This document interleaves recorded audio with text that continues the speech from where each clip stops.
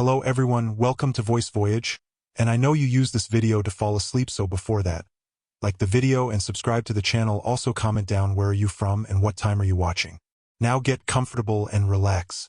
Before we begin, this is a disclaimer that the audiobooks featured on this channel are of works that are in the public domain and are no longer under copyright protection. This means the content is free to be used, shared, and distributed. We strive to ensure all materials are properly verified as public domain works. However, if you believe we've mistakenly included copyrighted content, please contact us immediately for removal. This content is provided for educational and entertainment purposes only. We do not claim ownership over any of the texts and aim to make these timeless works more accessible through audio format. Thank you for listening and supporting the preservation of classic literature. The Turn of the Screw by Henry James. Prologue. The story had held us, round the fire, sufficiently breathless, but except the obvious remark that it was gruesome, as, on Christmas Eve in an old house, a strange tale should essentially be, I remember no comment uttered till somebody happened to say that it was the only case he had met in which such a visitation had fallen on a child. The case, I may mention, was that of an apparition in just such an old house as had gathered us for the occasion. An appearance of a dreadful kind, to a little boy sleeping in the room with his mother and waking her up in the terror of it, waking her not to dissipate his dread and soothe him to sleep again, but to encounter also, herself, before she had succeeded in doing so, the same sight that had shaken him. It was this observation that drew from Douglas, not immediately, but later in the evening, a reply that had the interesting consequence to which I call attention. Someone else told a story not particularly effective, which I saw he was not following. This I took for a sign that he had himself something to produce and that we should only have to wait. We waited in fact till 2 nights later. But that same evening, before we scattered, he brought out what was in his mind. I quite agree, in regard to Griffin's ghost, or whatever it was, that its appearing first to the little boy at so tender an age adds a particular touch. But it's not the first occurrence of its charming kind that I know to have involved a child. If the child gives the effect another turn of the screw, what do you say to 2 children? We say, of course, somebody exclaimed, that they give 2 turns. Also that we want to hear about them. I can see Douglas there before the fire, to which he had got up to present his back, looking down at his interlocutor with his hands in his pockets. Nobody but me till now has ever heard. It's quite too horrible. This, naturally, was declared by several voices to give the thing the utmost price, and our friend, with quiet art, prepared his triumph by turning his eyes over the rest of us and going on. It's beyond everything. Nothing at all that I know touches it. For sheer terror? I remember asking. He seemed to say it was not so simple as that, to be really at a loss how to qualify it. He passed his hand over his eyes, made a little wincing grimace. For dreadful dreadfulness. Oh, how delicious! Cried one of the women. He took no notice of her. He looked at me, but as if, instead of me, he saw what he spoke of. For general uncanny ugliness and horror and pain. Well then, I said, just sit right down and begin. He turned round to the fire, gave a kick to a log, watched it an instant. Then as he faced us again, I can't begin. I shall have to send to town. There was a unanimous groan at this, and much reproach. After which, in his preoccupied way, he explained. The story's written. It's in a locked drawer. It has not been out for years. I could write to my man and enclose the key. He could send down the packet as he finds it. It was to me in particular that he appeared to propound this, appeared almost to appeal for aid, not to hesitate. He had broken a thickness of ice, the formation of many a winter, had had his reasons for a long silence. The others resented postponement, but it was just his scruples that charmed me. I adjured him to write by the first post and to agree with us for an early hearing. Then I asked him if the experience in question had been his own. To this his answer was prompt. Oh, thank God, no. And is the record yours? You took the thing down. Nothing but the impression. I took that here. He tapped his heart. I've never lost it. Then your manuscript is in old, faded ink, and in the most beautiful hand. He hung fire again. A woman's. She has been dead these 20 years. She sent me the pages in question before she died. They were all listening now, and of course there was somebody to be arch, or at any rate to draw the inference. But if he put the inference by without a smile, it was also without irritation. She was a most charming person, but she was 10 years older than I. She was my sister's governess, he quietly said. She was the most agreeable woman I've ever known in her position. She would have been worthy of any whatever. It was long ago, and this episode was long before. I was at Trinity, and I found her at home on my coming down the second summer.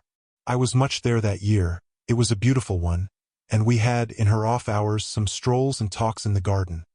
Talks in which she struck me as awfully clever and nice. Oh yes, don't grin. I liked her extremely, and am glad to this day to think she liked me, too. If she hadn't, she wouldn't have told me. She had never told anyone. It wasn't simply that she said so, but that I knew she hadn't. I was sure, I could see. You'll easily judge why when you hear. Because the thing had been such a scare? He continued to fix me. You'll easily judge, he repeated. You will. I fixed him, too. I see. She was in love. He laughed for the first time. You are acute. Yes, she was in love. That is, she had been. That came out. She couldn't tell her story without its coming out. I saw it, and she saw I saw it. But neither of us spoke of it. I remember the time and the place, the corner of the lawn, the shade of the great beeches, and the long, hot summer afternoon. It wasn't a scene for a shudder. But oh! He quitted the fire and dropped back into his chair. You'll receive the packet Thursday morning? I inquired. Probably not till the second post. Well then, after dinner. You'll all meet me here? He looked us round again. Isn't anybody going? It was almost the tone of hope. Everybody will stay. I will, and I will, cried the ladies whose departure had been fixed. Mrs. Griffin, however, expressed the need for a little more light. Who was it she was in love with? The story will tell. I took upon myself to reply. Oh, I can't wait for the story. The story won't tell, said Douglas. Not in any literal, vulgar way. More's the pity, then. That's the only way I ever understand. Won't you tell, Douglas? Somebody else inquired. He sprang to his feet again.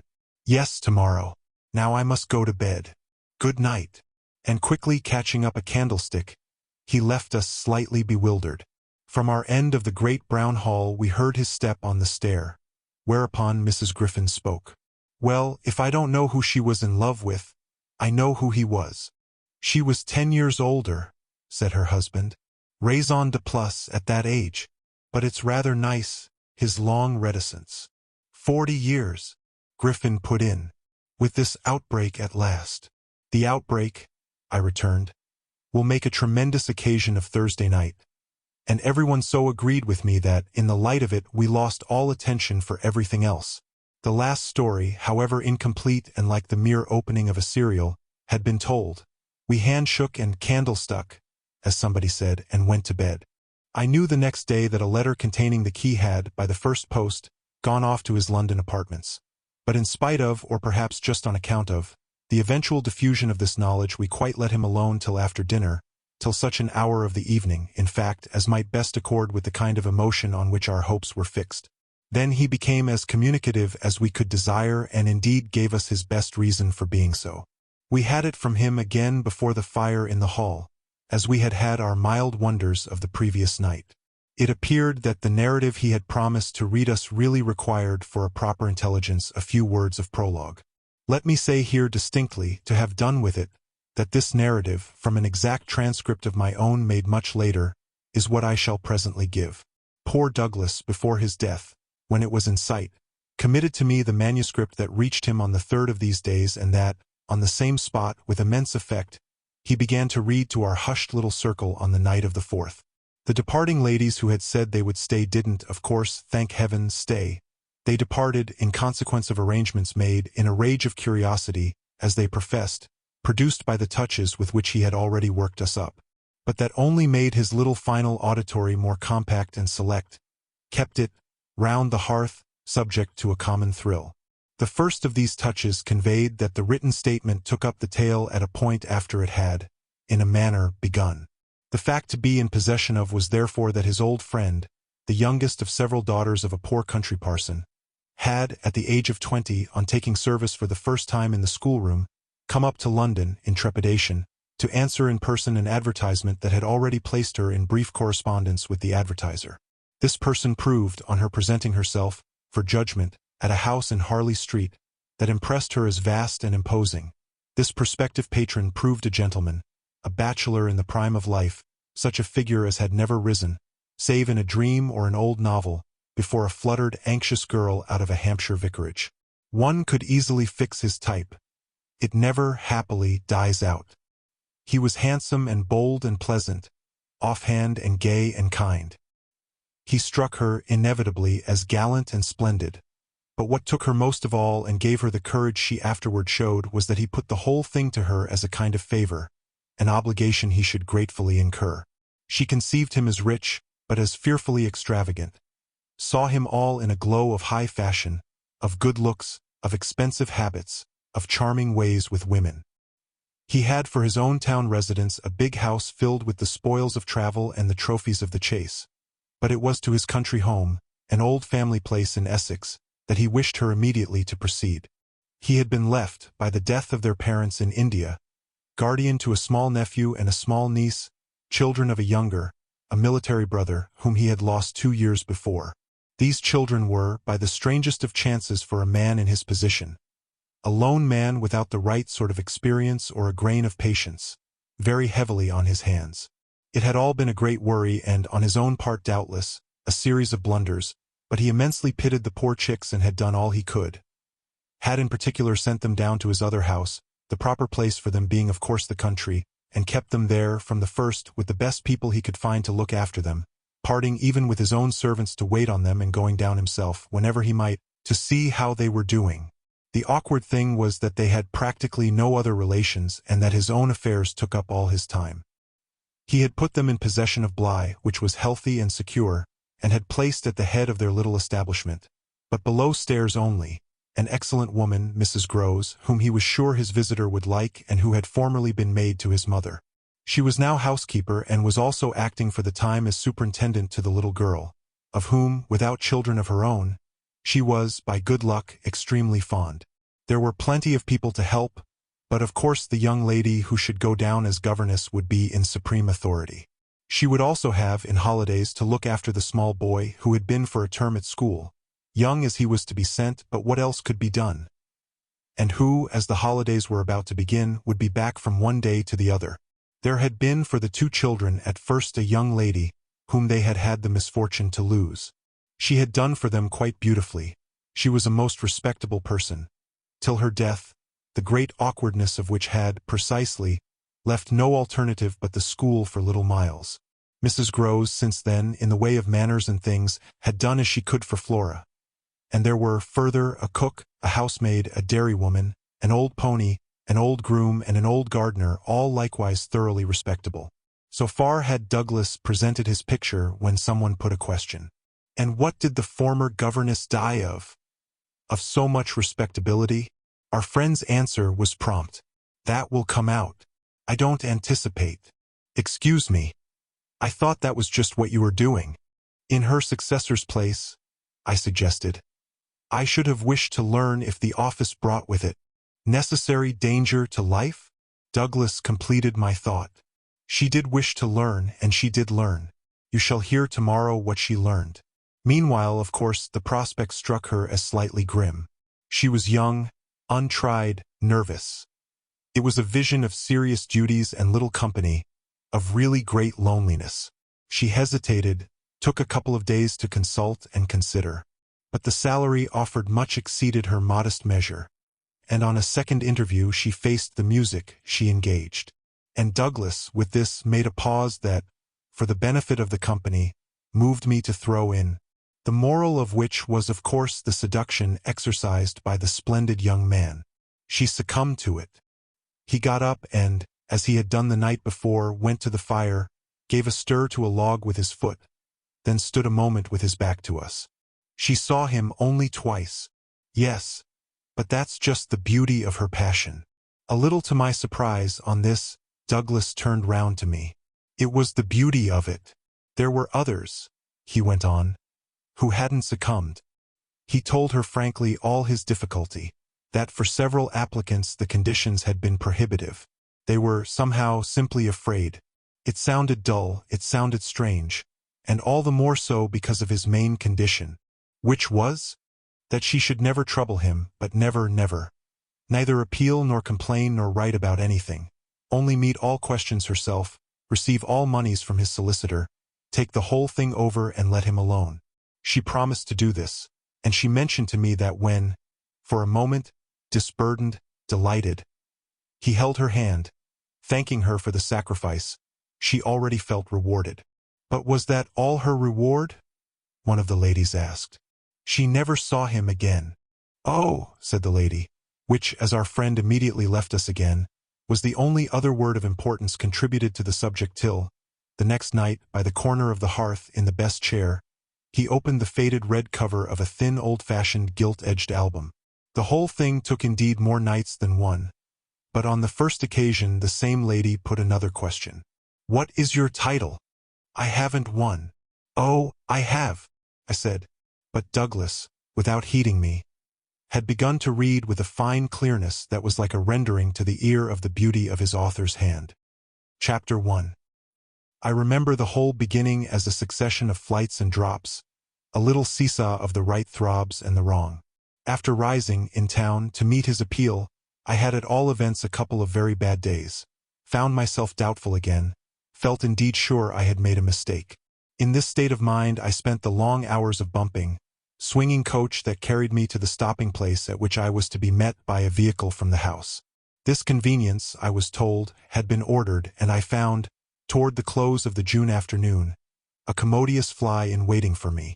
Driving at that hour, on a lovely day, through a country to which the summer sweetness seemed to offer me a friendly welcome, my fortitude mounted afresh and, as we turned into the avenue, encountered a reprieve that was probably but a proof of the point to which it had sunk.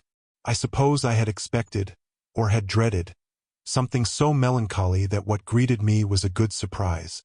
I remember as a most pleasant impression the broad, clear front, its open windows and fresh curtains and the pair of maids looking out.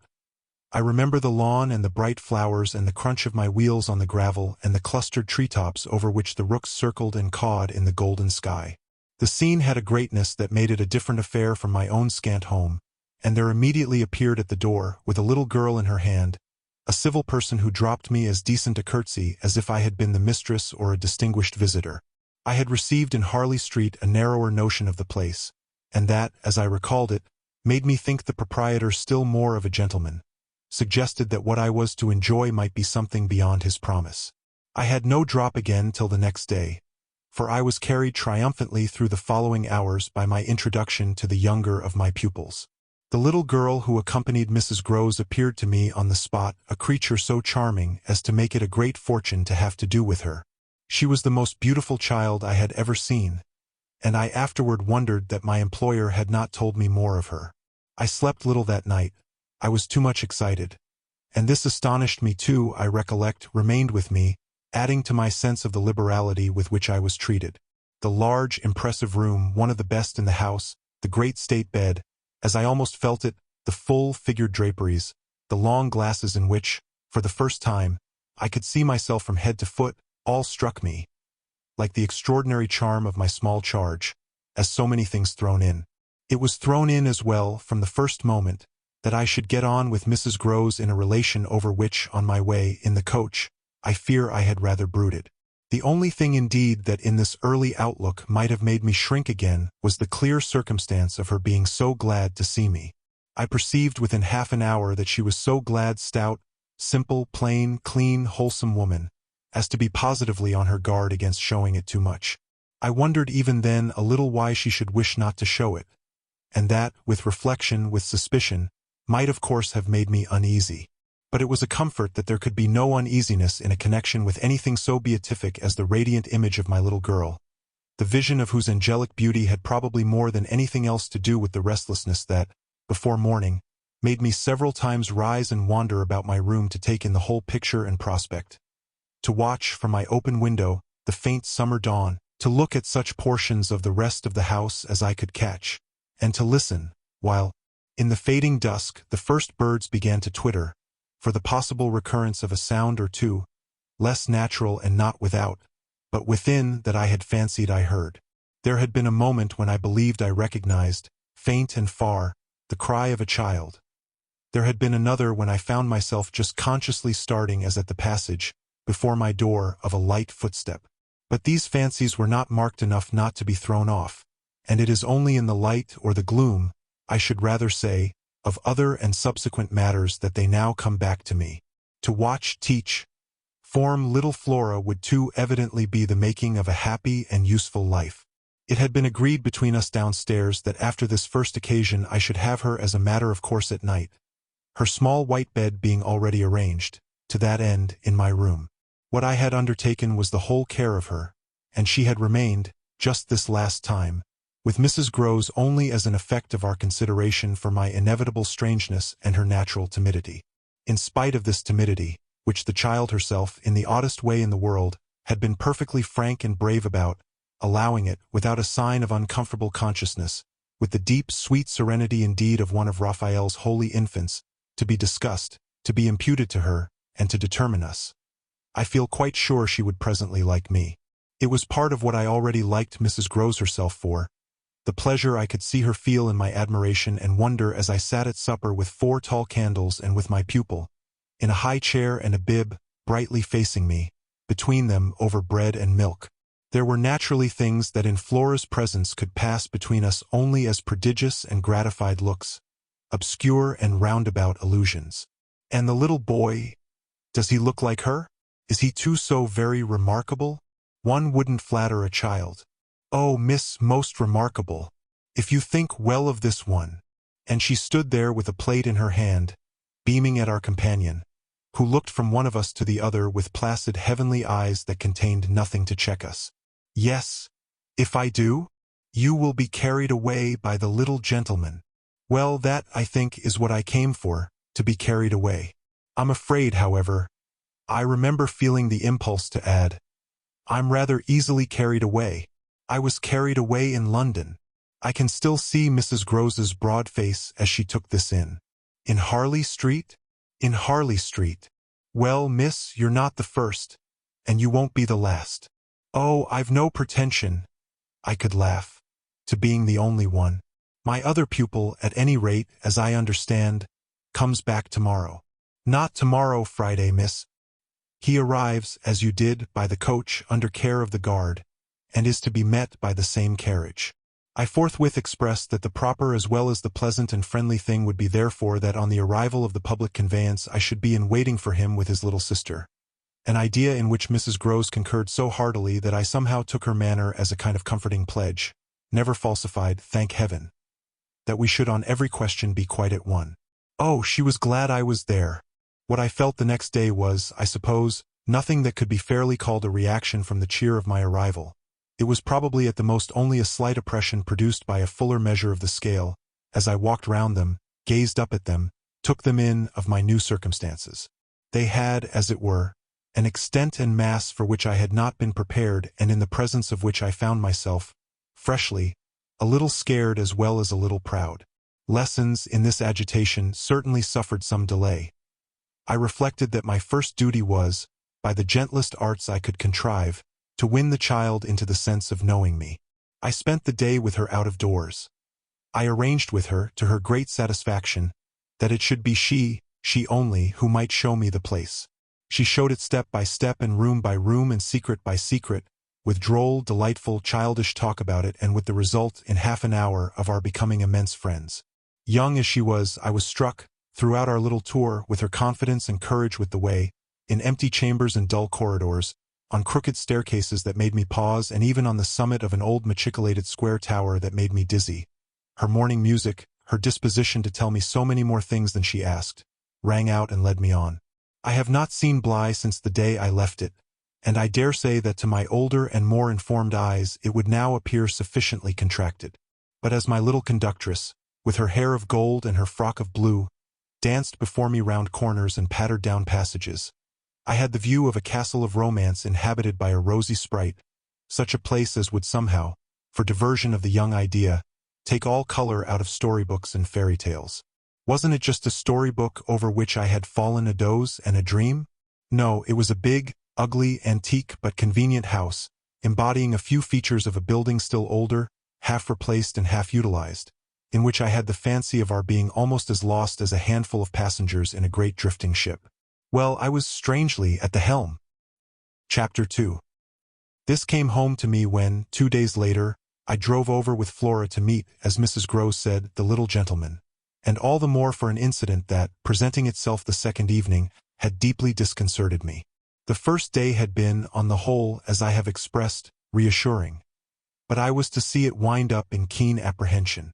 The postbag that evening, it came late, contained a letter for me which, however, in the hand of my employer, I found to be composed but of a few words enclosing another, addressed to himself with a seal still unbroken. This, I recognize, is from the headmaster, and the headmaster's an awful bore. Read him, please. Deal with him. But mind you don't report. Not a word. I'm off. I broke the seal with a great effort, so great a one that I was a long time coming to it.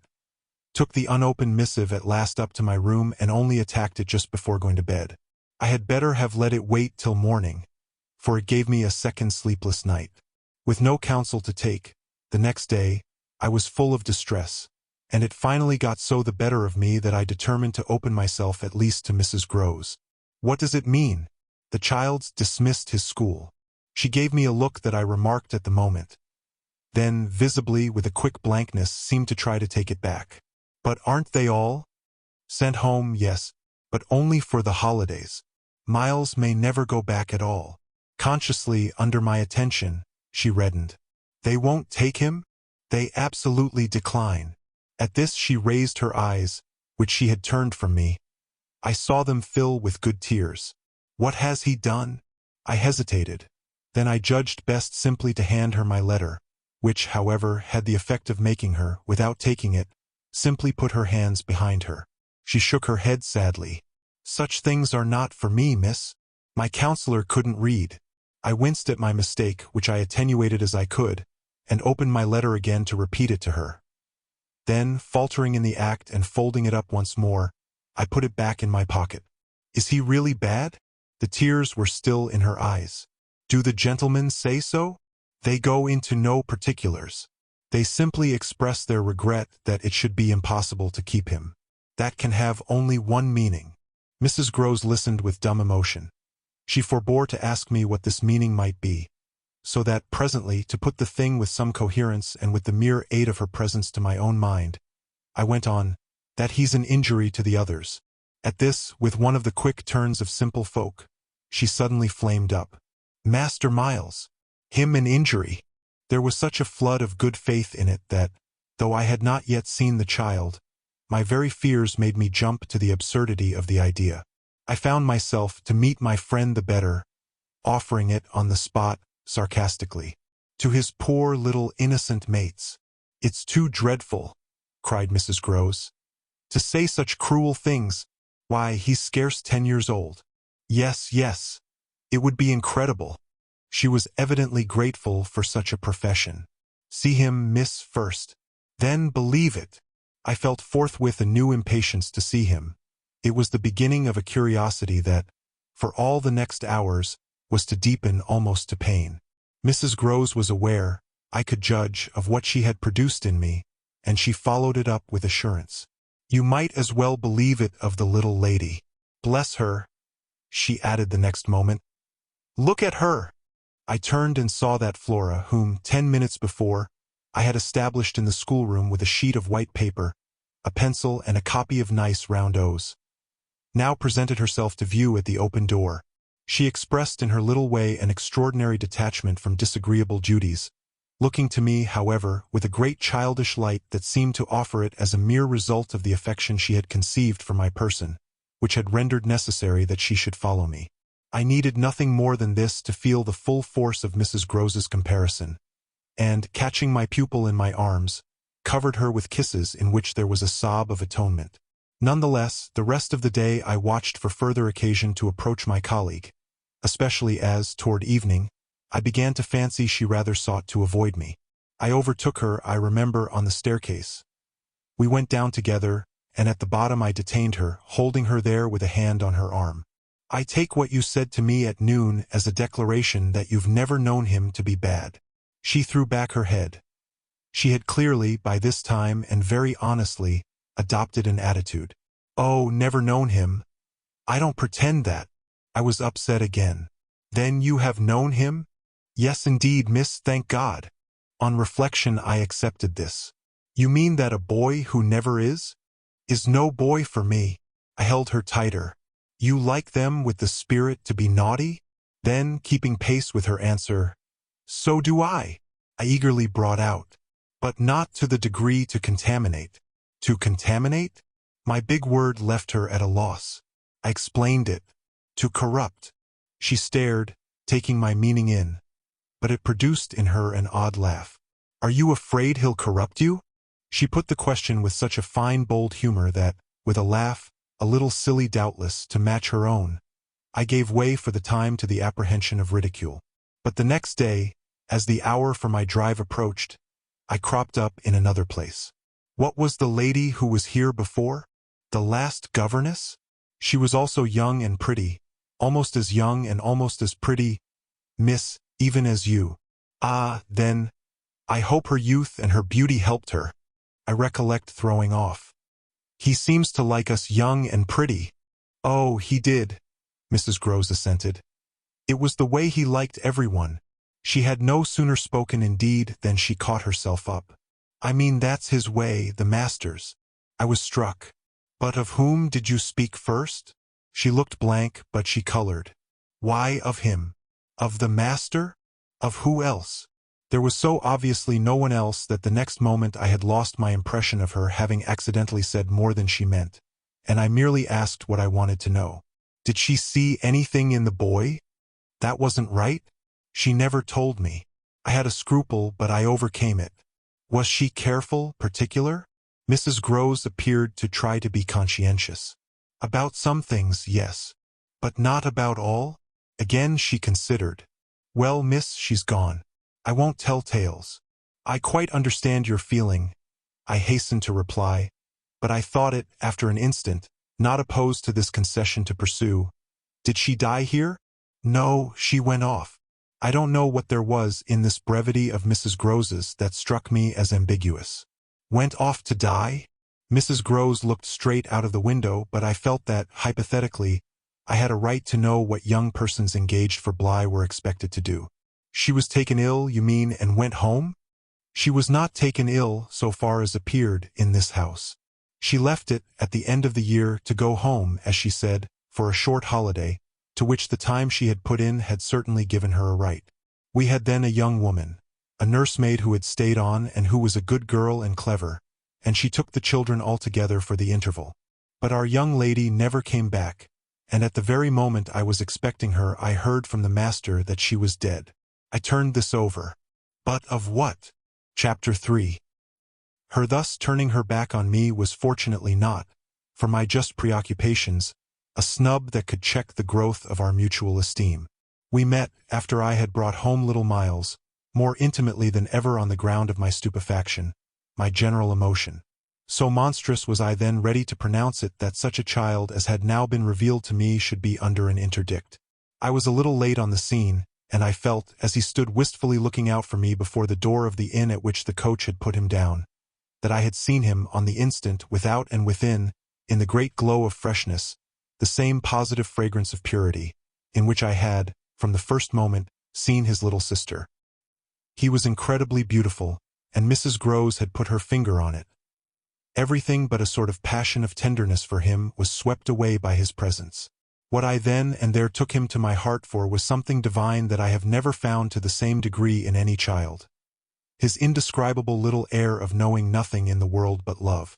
It would have been impossible to carry a bad name with a greater sweetness of innocence, and by the time I had got back to Bly with him I remained merely bewildered, so far, that is, as I was not outraged, by the sense of the horrible letter locked up in my room, in a drawer. As soon as I could compass a private word with Mrs. Groves, I declared to her that it was grotesque. She promptly understood me. You mean the cruel charge? It doesn't live an instant. My dear woman, look at him. She smiled at my pretension to have discovered his charm. I assure you, miss, I do nothing else. What will you say, then? She immediately added. In answer to the letter? I had made up my mind. Nothing. And to his uncle? I was incisive. Nothing. And to the boy himself? I was wonderful. Nothing. She gave with her apron a great wipe to her mouth. Then I'll stand by you. We'll see it out. We'll see it out. I ardently echoed, giving her my hand to make it a vow. She held me there a moment, then whisked up her apron again with her detached hand. Would you mind, miss, if I used the freedom to kiss me? No. I took the good creature in my arms and, after we had embraced like sisters, felt still more fortified and indignant. This, at all events, was for the time. A time so full that, as I recall the way it went, it reminds me of all the art I now need to make it a little distinct. What I look back at with amazement is the situation I accepted. I had undertaken, with my companion, to see it out, and I was under a charm, apparently, that could smooth away the extent and the far and difficult connections of such an effort. I was lifted aloft on a great wave of infatuation and pity. I found it simple, in my ignorance, my confusion, and perhaps my conceit, to assume that I could deal with a boy whose education for the world was all on the point of beginning. I am unable even to remember at this day what proposal I framed for the end of his holidays and the resumption of his studies. Lessons with me, indeed, that charming summer, we all had a theory that he was to have. But I now feel that, for weeks, the lessons must have been rather my own. I learned something, at first certainly, that had not been one of the teachings of my small, smothered life. Learned to be amused and even amusing, and not to think for the morrow. It was the first time, in a manner, that I had known space and air and freedom, all the music of summer and all the mystery of nature. And then there was consideration, and consideration was sweet. Oh, it was a trap, not designed but deep to my imagination, to my delicacy, perhaps to my vanity. To whatever, in me, was most excitable. The best way to picture it all is to say that I was off my guard. They gave me so little trouble. They were of a gentleness so extraordinary. I used to speculate, but even this with a dim disconnectedness, as to how the rough future, for all futures are rough, would handle them and might bruise them. They had the bloom of health and happiness. And yet, as if I had been in charge of a pair of little grandees, of princes of the blood, for whom everything, to be right, would have to be enclosed and protected, the only form that, in my fancy, the after-years could take for them was that of a romantic, a really royal extension of the garden and the park. It may be, of course, above all, that what suddenly broke into this gives the previous time a charm of stillness, that hush in which something gathers or crouches.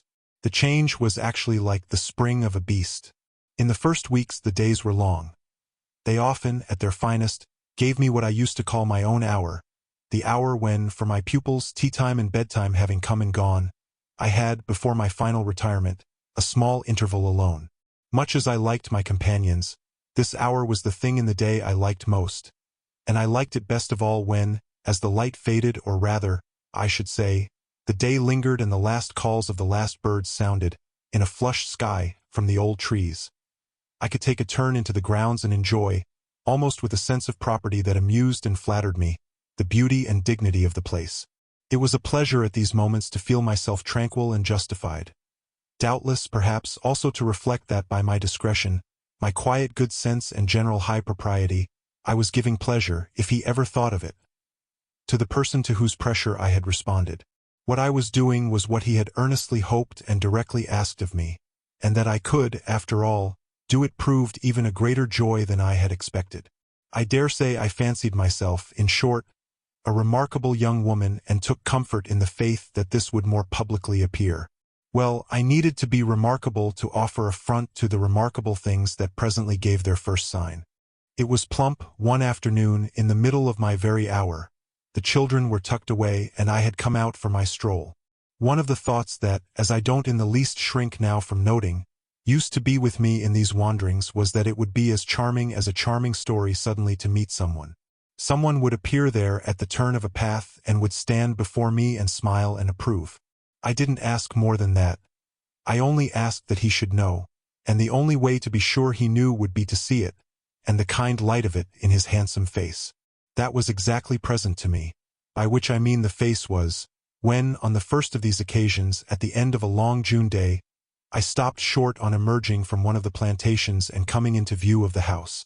What arrested me on the spot, and with a shock much greater than any vision had allowed for, was the sense that my imagination had, in a flash, turned real. He did stand there, but high up, beyond the lawn and at the very top of the tower to which, on that first morning, little Flora had conducted me. This tower was one of a pair square, incongruous, crenellated structures that were distinguished, for some reason, though I could see little difference, as the new and the old. They flanked opposite ends of the house and were probably architectural absurdities, redeemed in a measure indeed by not being wholly disengaged nor of a height too pretentious, dating, in their gingerbread antiquity, from a romantic revival that was already a respectable past. I admired them, had fancies about them, for we could all profit in a degree, especially when they loomed through the dusk, by the grandeur of their actual battlements. Yet it was not at such an elevation that the figure I had so often invoked seemed most in place. It produced in me, this figure, in the clear twilight, I remember, two distinct gasps of emotion, which were, sharply, the shock of my first and that of my second surprise. My second was a violent perception of the mistake of my first. The man who met my eyes was not the person I had precipitately supposed. There came to me thus a bewilderment of vision of which, after these years, there is no living view that I can hope to give. An unknown man in a lonely place is a permitted object of fear to a young woman privately bred, and the figure that faced me was, a few more seconds assured me, as little anyone else I knew as it was the image that had been in my mind. I had not seen it in Harley Street. I had not seen it anywhere. The place, moreover, in the strangest way in the world, had, on the instant, and by the very fact of its appearance, become a solitude. To me, at least, making my statement here with a deliberation with which I have never made it, the whole feeling of the moment returns. It was as if, while I took in what I did take in, all the rest of the scene had been stricken with death. I can hear again, as I write, the intense hush in which the sounds of evening dropped.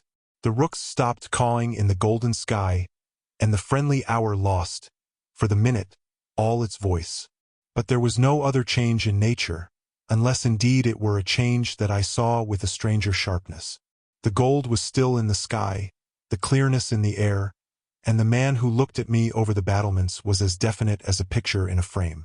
That's how I thought, with extraordinary quickness, of each person that he might have been and that he was not. We were confronted across our distance quite long enough for me to ask myself with intensity who then he was and to feel, as an effect of my inability to say, a wonder that in a few instants more became intense. The great question, or one of these, is, afterward, I know, with regard to certain matters, the question of how long they have lasted. Well, this matter of mine, think what you will of it, lasted while I caught at a dozen possibilities, none of which made a difference for the better, that I could see in their having been in the house, and for how long, above all. A person of whom I was in ignorance. It lasted while I just bridled a little with the sense that my office demanded that there should be no such ignorance and no such person. It lasted while this visitant, at all events, and there was a touch of the strange freedom, as I remember, in the sign of familiarity of his wearing no hat, seemed to fix me from his position with just the question, just the scrutiny through the fading light, that his own presence provoked. We were too far apart to call to each other, but there was a moment at which, at shorter range, some challenge between us, breaking the hush, would have been the right result of our straight mutual stare. He was in one of the angles, the one away from the house, very erect, as it struck me, and with both hands on the ledge. So I saw him as I see the letters I form on this page. Then, exactly after a minute, as if to add to the spectacle, he slowly changed his place, passed, looking at me hard all the while, to the opposite corner of the platform. Yes, I had the sharpest sense that during this transit he never took his eyes from me, and I can see at this moment the way his hand, as he went, passed from one of the crenellations to the next. He stopped at the other corner, but less long, and even as he turned away still markedly fixed me. He turned away. That was all I knew. Chapter 4. It was not that I didn't wait on this occasion for more, for I was rooted as deeply as I was shaken. Was there a secret at Bly? A mystery of Udolpho or an insane? An unmentionable relative kept in unsuspected confinement? I can't say how long I turned it over or how long, in a confusion of curiosity and dread, I remained where I had had my collision. I only recall that when I re-entered the house darkness had quite closed in. Agitation, in the interval, certainly had held me and driven me, for I must, in circling about the place, have walked 3 miles. But I was to be, later on, so much more overwhelmed that this mere dawn of alarm was a comparatively human chill. The most singular part of it, in fact, singular as the rest had been, was the part one became, in the hall, aware of in meeting Mrs. Groves. This picture comes back to me in the general train, the impression, as I received it on my return, of the wide white-paneled space, bright in the lamplight and with its portraits and red carpet, and of the good surprised look of my friend, which immediately told me she had missed me.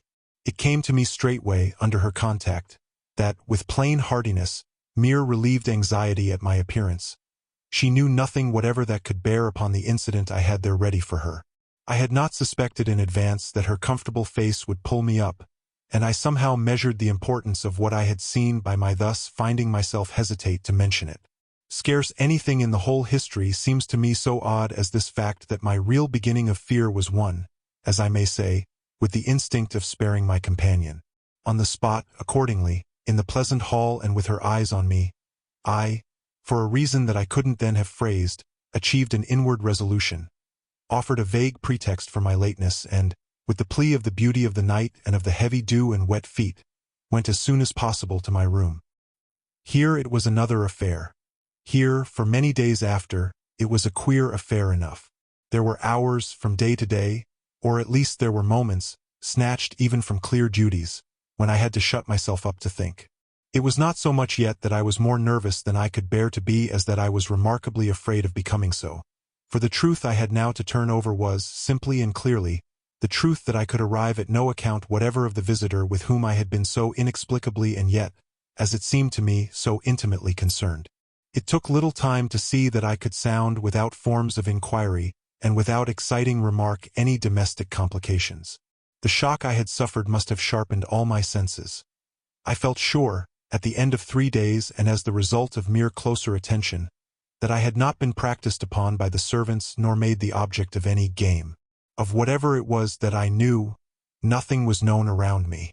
There was but one sane inference. Someone had taken a liberty rather gross.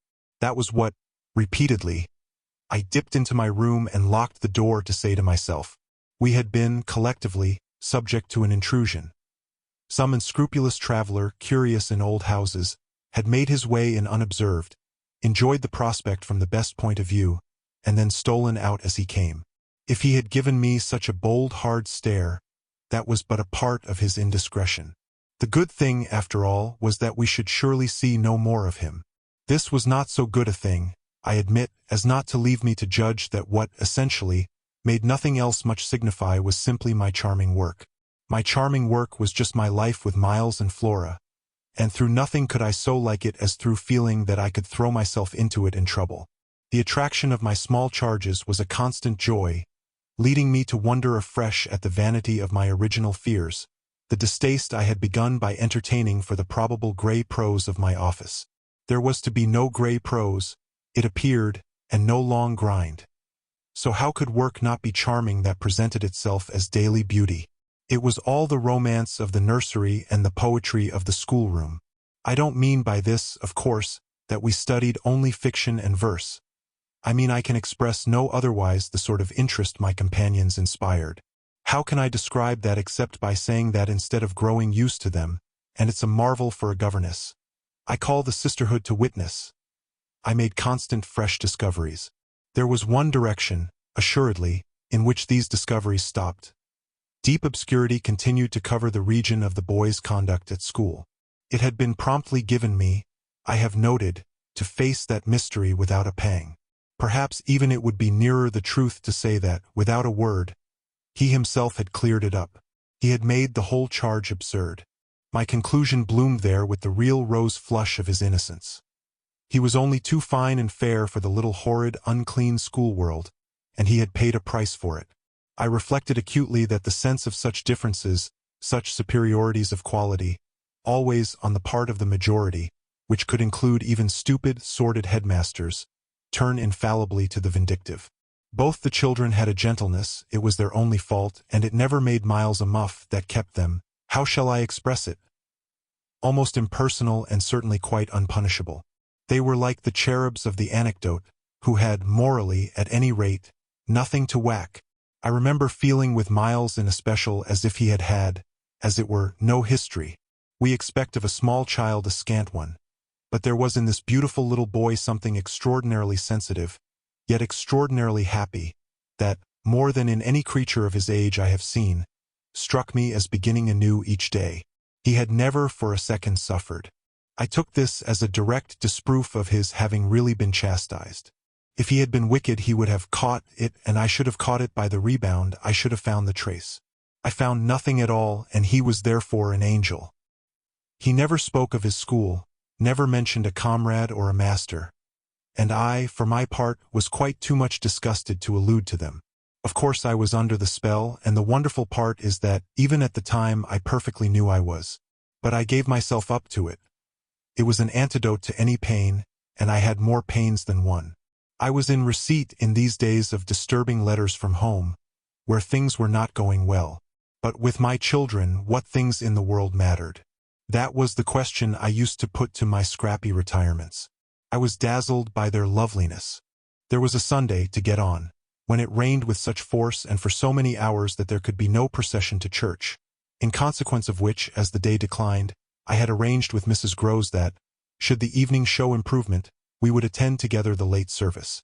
The rain happily stopped, and I prepared for our walk, which, through the park and by the good road to the village, would be a matter of 20 minutes.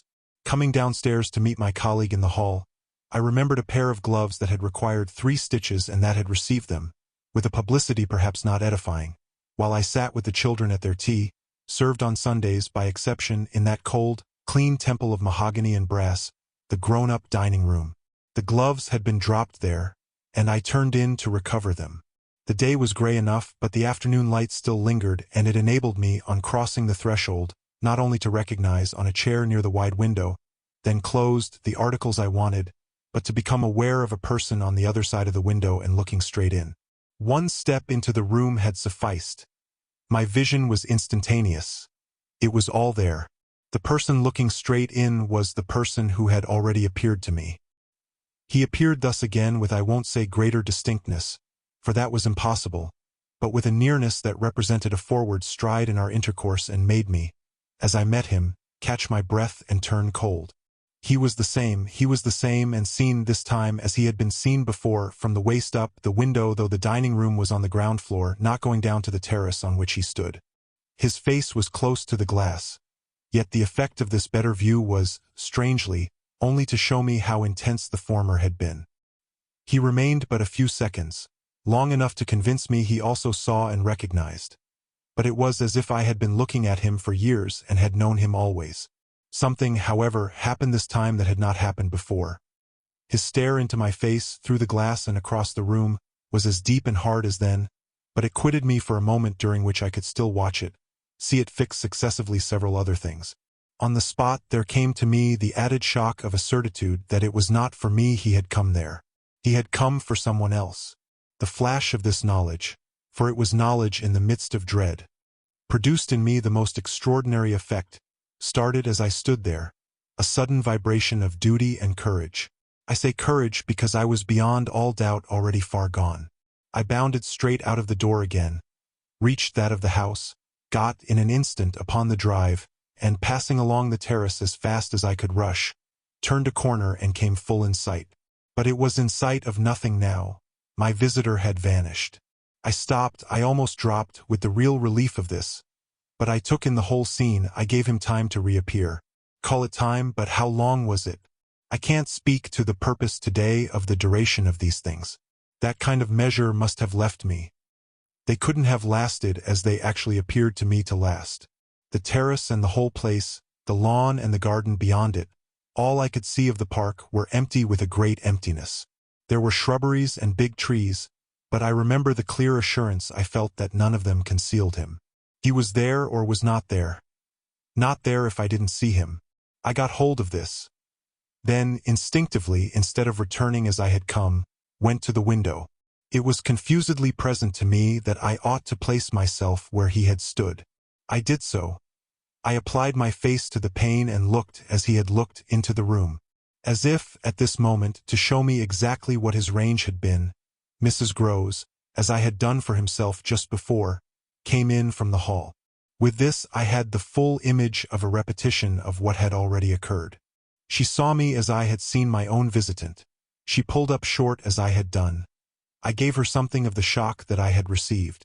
She turned white, and this made me ask myself if I had blanched as much. She stared, in short, and retreated on just my lines, and I knew she had then passed out and come round to me and that I should presently meet her. I remained where I was, and while I waited I thought of more things than one. But there's only one I take space to mention. I wondered why she should be scared. Chapter 5. Oh, she let me know as soon as, round the corner of the house, she loomed again into view.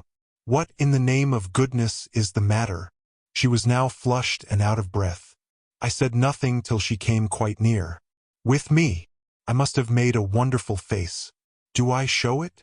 You're as white as a sheet. You look awful. I considered. I could meet on this, without scruple, any innocence. My need to respect the bloom of Mrs. Groves's had dropped, without a rustle, from my shoulders, and if I wavered for the instant it was not with what I kept back. I put out my hand to her and she took it. I held her hard a little, liking to feel her close to me. There was a kind of support in the shy heave of her surprise. You came for me for church, of course, but I can't go. Has anything happened? Yes, you must know now. Did I look very queer? Through this window? Dreadful. Well, I said, I've been frightened. Mrs. Groves's eyes expressed plainly that she had no wish to be, yet also that she knew too well her place not to be ready to share with me any marked inconvenience. Oh, it was quite settled that she must share. Just what you saw from the dining room a minute ago was the effect of that. What I saw just before was much worse. Her hand tightened. What was it? An extraordinary man. Looking in. What extraordinary man? I haven't the least idea. Mrs. Groves gazed round us in vain. Then where is he gone? I know still less. Have you seen him before? Yes, once. On the old tower. She could only look at me harder. Do you mean he's a stranger? Oh, very much. Yet you didn't tell me? No, for reasons. But now that you've guessed. Mrs. Groves's round eyes encountered this charge. Ah, I haven't guessed, she said very simply. How can I if you don't imagine? I don't in the very least. You've seen him nowhere but on the tower? And on this spot just now. Mrs. Groves looked round again. What was he doing on the tower? Only standing there and looking down at me. She thought a minute. Was he a gentleman? I found I had no need to think. No, she gazed in deeper wonder. No. Then nobody about the place? Nobody from the village? Nobody. I didn't tell you, but I made sure. She breathed a vague relief. This was, oddly, so much to the good. It only went indeed a little way. But if he isn't a gentleman, what is he? He's a horror. A horror. He's... God help me if I know what he is. Mrs. Groves looked round once more. She fixed her eyes on the duskier distance. Then, pulling herself together, turned to me with abrupt inconsequence. It's time we should be at church. Oh, I'm not fit for church. Won't it do you good? It won't do them. I nodded at the house. The children. I can't leave them now. You're afraid? I spoke boldly. I'm afraid of him. Mrs. Groves's large face showed me, at this, for the first time, the faraway faint glimmer of a consciousness more acute. I somehow made out in it the delayed dawn of an idea I myself had not given her, and that was as yet quite obscure to me. It comes back to me that I thought instantly of this as something I could get from her, and I felt it to be connected with the desire she presently showed to know more. When was it? On the tower? About the middle of the month. At this same hour. Almost at dark, said Mrs. Groves. Oh no, not nearly. I saw him as I see you. Then how did he get in? And how did he get out? I laughed. I had no opportunity to ask him. This evening, you see, I pursued. He has not been able to get in. He only peeps? I hope it will be confined to that. She had now let go my hand. She turned away a little. I waited an instant. Then I brought out, "Go to church. Goodbye. I must watch." Slowly she faced me again. "Do you fear for them?" We met in another long look. "Don't you?" Instead of answering, she came nearer to the window and, for a minute, applied her face to the glass. "You see how he could see?" I meanwhile went on. She didn't move. "How long was he here?" "Till I came out. I came to meet him." Mrs. Groves at last turned round, and there was still more in her face. "I couldn't have come out." "Neither could I." I laughed again. "But I did come. I have my duty." "So have I mine," she replied, after which she added, "What is he like?" "I've been dying to tell you. But he's like nobody." "Nobody?" she echoed. "He has no hat." Then, seeing in her face that she already, in this, with a deeper dismay, found a touch of picture, I quickly added stroke to stroke.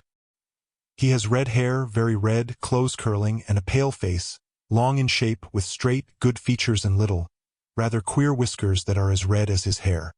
His eyebrows are, somehow, darker. They look particularly arched and as if they might move a good deal. His eyes are sharp, strange. Awfully. But I only know clearly that they're rather small and very fixed.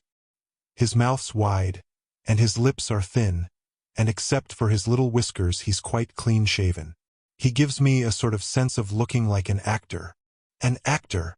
It was impossible to resemble one less, at least, than Mrs. Groves at that moment. I've never seen one, but so I suppose them.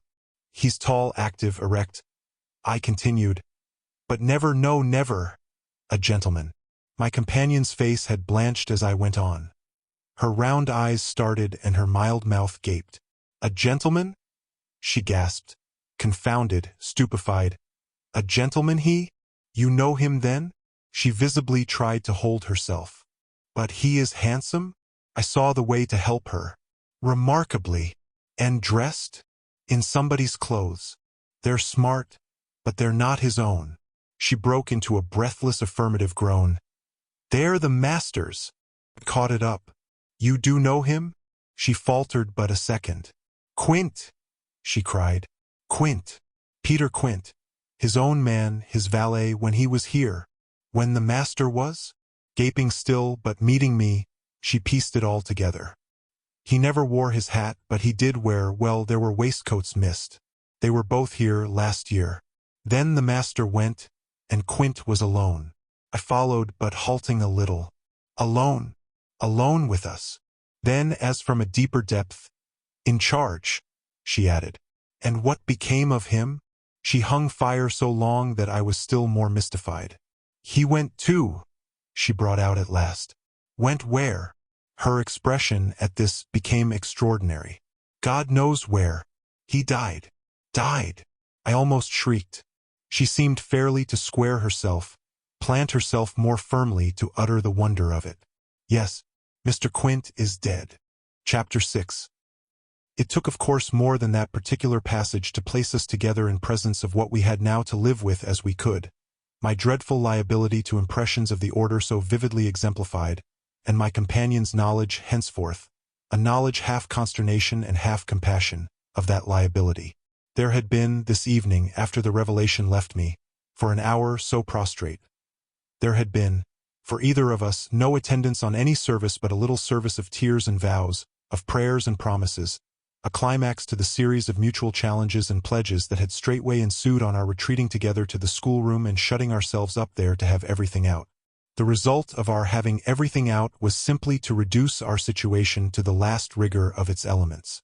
She herself had seen nothing, not the shadow of a shadow, and nobody in the house but the governess was in the governess's plight. Yet she accepted without directly impugning my sanity the truth as I gave it to her, and ended by showing me, on this ground, an awe-stricken tenderness, an expression of the sense of my more than questionable privilege, of which the very breath has remained with me as that of the sweetest of human charities. What was settled between us, accordingly, that night, was that we thought we might bear things together. And I was not even sure that, in spite of her exemption, it was she who had the best of the burden. I knew at this hour, I think, as well as I knew later, what I was capable of meeting to shelter my pupils. But it took me some time to be wholly sure of what my honest ally was prepared for to keep terms with so compromising a contract. I was queer company enough, quite as queer as the company I received. But as I trace over what we went through, I see how much common ground we must have found in the one idea that, by good fortune, could steady us. It was the idea, the second movement, that led me straight out, as I may say, of the inner chamber of my dread. I could take the air in the court, at least, and there Mrs. Groves could join me. Perfectly can I recall now the particular way strength came to me before we separated for the night. We had gone over and over every feature of what I had seen. He was looking for someone else, you say. Someone who was not you? He was looking for little Miles. A portentous clearness now possessed me. That's whom he was looking for. But how do you know? I know. My exultation grew. And you know, my dear. She didn't deny this, but I felt, not even so much telling as that. She resumed in a moment, at any rate. What if he should see him? Little Miles? That's what he wants. She looked immensely scared again.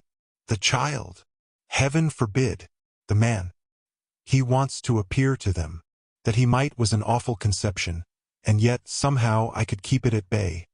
Which, moreover, as we lingered there, was what I succeeded in practically proving. I had an absolute certainty that I should see again what I had already seen, but something within me said that by offering myself bravely as the sole subject of such experience, by accepting, by inviting, by surmounting it all, I should serve as an expiatory victim and guard the tranquility of my companions. The children, in especial, I should thus fence about and absolutely save. I recall one of the last things I said that night to Mrs. Groves. It does strike me that my pupils have never mentioned. She looked at me hard as I musingly pulled up. His having been here and the time they were with him? The time they were with him and his name, his presence, his history in any way. Oh, the little lady doesn't remember. She never heard or knew.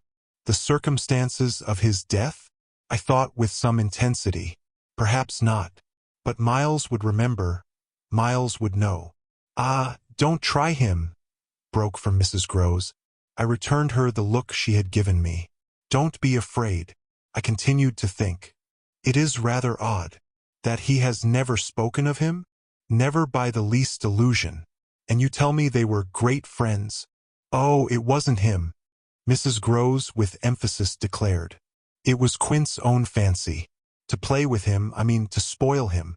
She paused a moment. Then she added, Quint was much too free. This gave me, straight from my vision of his face, such a face. A sudden sickness of disgust. Too free with my boy?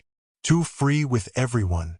I forbore, for the moment, to analyze this description further than by the reflection that a part of it applied to several of the members of the household, of the half-dozen maids and men who were still of our small colony. But there was everything, for our apprehension, in the lucky fact that no discomfortable legend, no perturbation of scullions, had ever, within anyone's memory attached to the kind old place. It had neither bad name nor ill fame, and Mrs. Groves, most apparently, only desired to cling to me and to quake in silence. I even put her, the very last thing of all, to the test. It was when, at midnight, she had her hand on the schoolroom door to take leave. I have it from you then, for it's of great importance, that he was definitely and admittedly bad? Oh, not admittedly. I knew it, but the master didn't. And you never told him? Well, he didn't like tale-bearing, he hated complaints. He was terribly short with anything of that kind, and if people were all right to him, he wouldn't be bothered with more? This squared well enough with my impressions of him. He was not a trouble-loving gentleman, nor so very particular perhaps about some of the company he kept. All the same, I pressed my interlocutress. I promise you I would have told. She felt my discrimination. I dare say I was wrong, but, really, I was afraid. Afraid of what? Of things that man could do. Quint was so clever. He was so deep. I took this in still more than, probably, I showed. You weren't afraid of anything else? Not of his effect? His effect? She repeated with a face of anguish and waiting while I faltered. On innocent little precious lives. They were in your charge. No, they were not in mine, she roundly and distressfully returned. The master believed in him and placed him here because he was supposed not to be well and the country air so good for him. So he had everything to say. Yes. She let me have it. Even about them. Them. That creature? I had to smother a kind of howl. And you could bear it. No.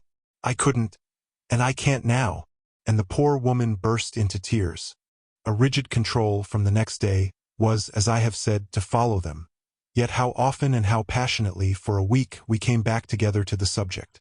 Much as we had discussed it that Sunday night, I was, in the immediate later hours in especial, for it may be imagined whether I slept, still haunted with the shadow of something she had not told me. I myself had kept back nothing, but there was a word Mrs. Groves had kept back. I was sure, moreover, by morning, that this was not from a failure of frankness, but because on every side there were fears. It seems to me indeed, in retrospect, that by the time the morrow's sun was high I had restlessly read into the fact before us almost all the meaning they were to receive from subsequent and more cruel occurrences. What they gave me above all was just the sinister figure of the living man. The dead one would keep a while, and of the months he had continuously passed at Bly, which added up made a formidable stretch. The limit of this evil time had arrived only when, on the dawn of a winter's morning, Peter Quint was found, by a laborer going to early work, stone dead on the road from the village. A catastrophe explained, superficially at least, by a visible wound to his head, such a wound as might have been produced, and as, on the final evidence, had been, by a fatal slip in the dark and after leaving the public house, on the steepish icy slope, a wrong path altogether, at the bottom of which he lay. The icy slope, the turn mistaken at night and in liquor, accounted for much, practically, in the end and after the inquest and boundless chatter, for everything. But there had been matters in his life, strange passages and perils, secret disorders, vices more than suspected, that would have accounted for a good deal more. I scarce know how to put my story into words that shall be a credible picture of my state of mind. But I was in these days literally able to find a joy in the extraordinary flight of heroism the occasion demanded of me. I now saw that I had been asked for a service admirable and difficult, and there would be a greatness in letting it be seen, oh, in the right quarter, that I could succeed where many another girl might have failed. It was an immense help to me. I confess I rather applaud myself as I look back, that I saw my service so strongly and so simply. I was there to protect and defend the little creatures in the world, the most bereaved and the most lovable, the appeal of whose helplessness had suddenly become only too explicit, a deep, constant ache of one's own committed heart. We were cut off, really, together, we were united in our danger. They had nothing but me, and I had them. It was, in short, a magnificent chance. This chance presented itself to me in an image richly material. I was a screen, I was to stand before them. The more I saw, the less they would. I began to watch them in a stifled suspense, a disguised excitement that might well, had it continued too long, have turned to something like madness. What saved me, as I now see, was that it turned to something else altogether. It didn't last as suspense. It was superseded by horrible proofs. Proofs, I say, yes, from the moment I really took hold. This moment dated from an afternoon hour that I happened to spend in the grounds with the younger of my pupils alone. We had left Miles indoors on the red cushion of a deep window seat. He had wished to finish a book, and I had been glad to encourage a purpose so laudable in a young man whose only defect was an occasional excess of the restless.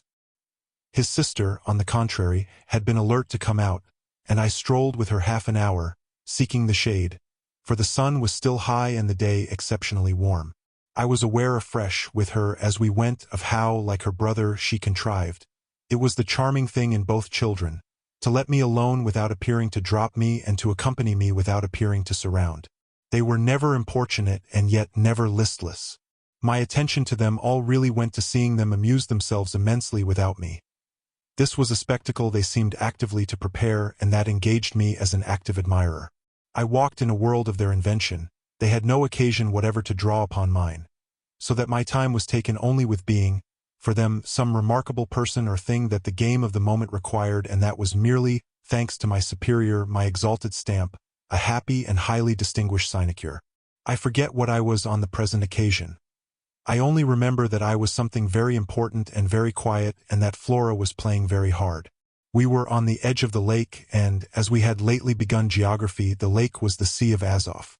Suddenly, in these circumstances, I became aware that, on the other side of the Sea of Azov, we had an interested spectator. The way this knowledge gathered in me was the strangest thing in the world. The strangest, that is, except the very much stranger in which it quickly merged itself. I had sat down with a piece of work, for I was something or other that could sit, on the old stone bench which overlooked the pond, and in this position I began to take in with certitude, and yet without direct vision, the presence at a distance of a third person. The old trees, the thick shrubbery, made a great and pleasant shade, but it was all suffused with the brightness of the hot, still hour. There was no ambiguity in anything, none whatever, at least, in the conviction I from one moment to another found myself forming as to what I should see straight before me and across the lake as a consequence of raising my eyes. They were attached at this juncture to the stitching in which I was engaged, and I can feel once more the spasm of my effort not to move them till I should so have steadied myself as to be able to make up my mind what to do. There was an alien object in view, a figure whose right of presence I instantly, passionately questioned. I recollect counting over perfectly the possibilities, reminding myself that nothing was more natural, for instance, than the appearance of one of the men about the place, or even of a messenger, a postman, or a tradesman's boy from the village. That reminder had as little effect on my practical certitude as I was conscious, still even without looking, of its having upon the character and attitude of our visitor. Nothing was more natural than that these things should be the other things that they absolutely were not. Of the positive identity of the apparition I would assure myself as soon as the small clock of my courage should have ticked out the right second. Meanwhile, with an effort that was already sharp enough, I transferred my eyes straight to little Flora, who, at the moment, was about 10 yards away. My heart had stood still for an instant with the wonder and terror of the question whether she too would see, and I held my breath while I waited for what a cry from her, what some sudden innocent sign either of interest or of alarm, would tell me. I waited, but nothing came. Then, in the first place, and there is something more dire in this, I feel, than in anything I have to relate, I was determined by a sense that within a minute all sounds from her had previously dropped, and in the second by the circumstance that also within the minute she had, in her play, turned her back to the water. This was her attitude when I at last looked at her, looked with the confirmed conviction that we were still together under direct personal notice.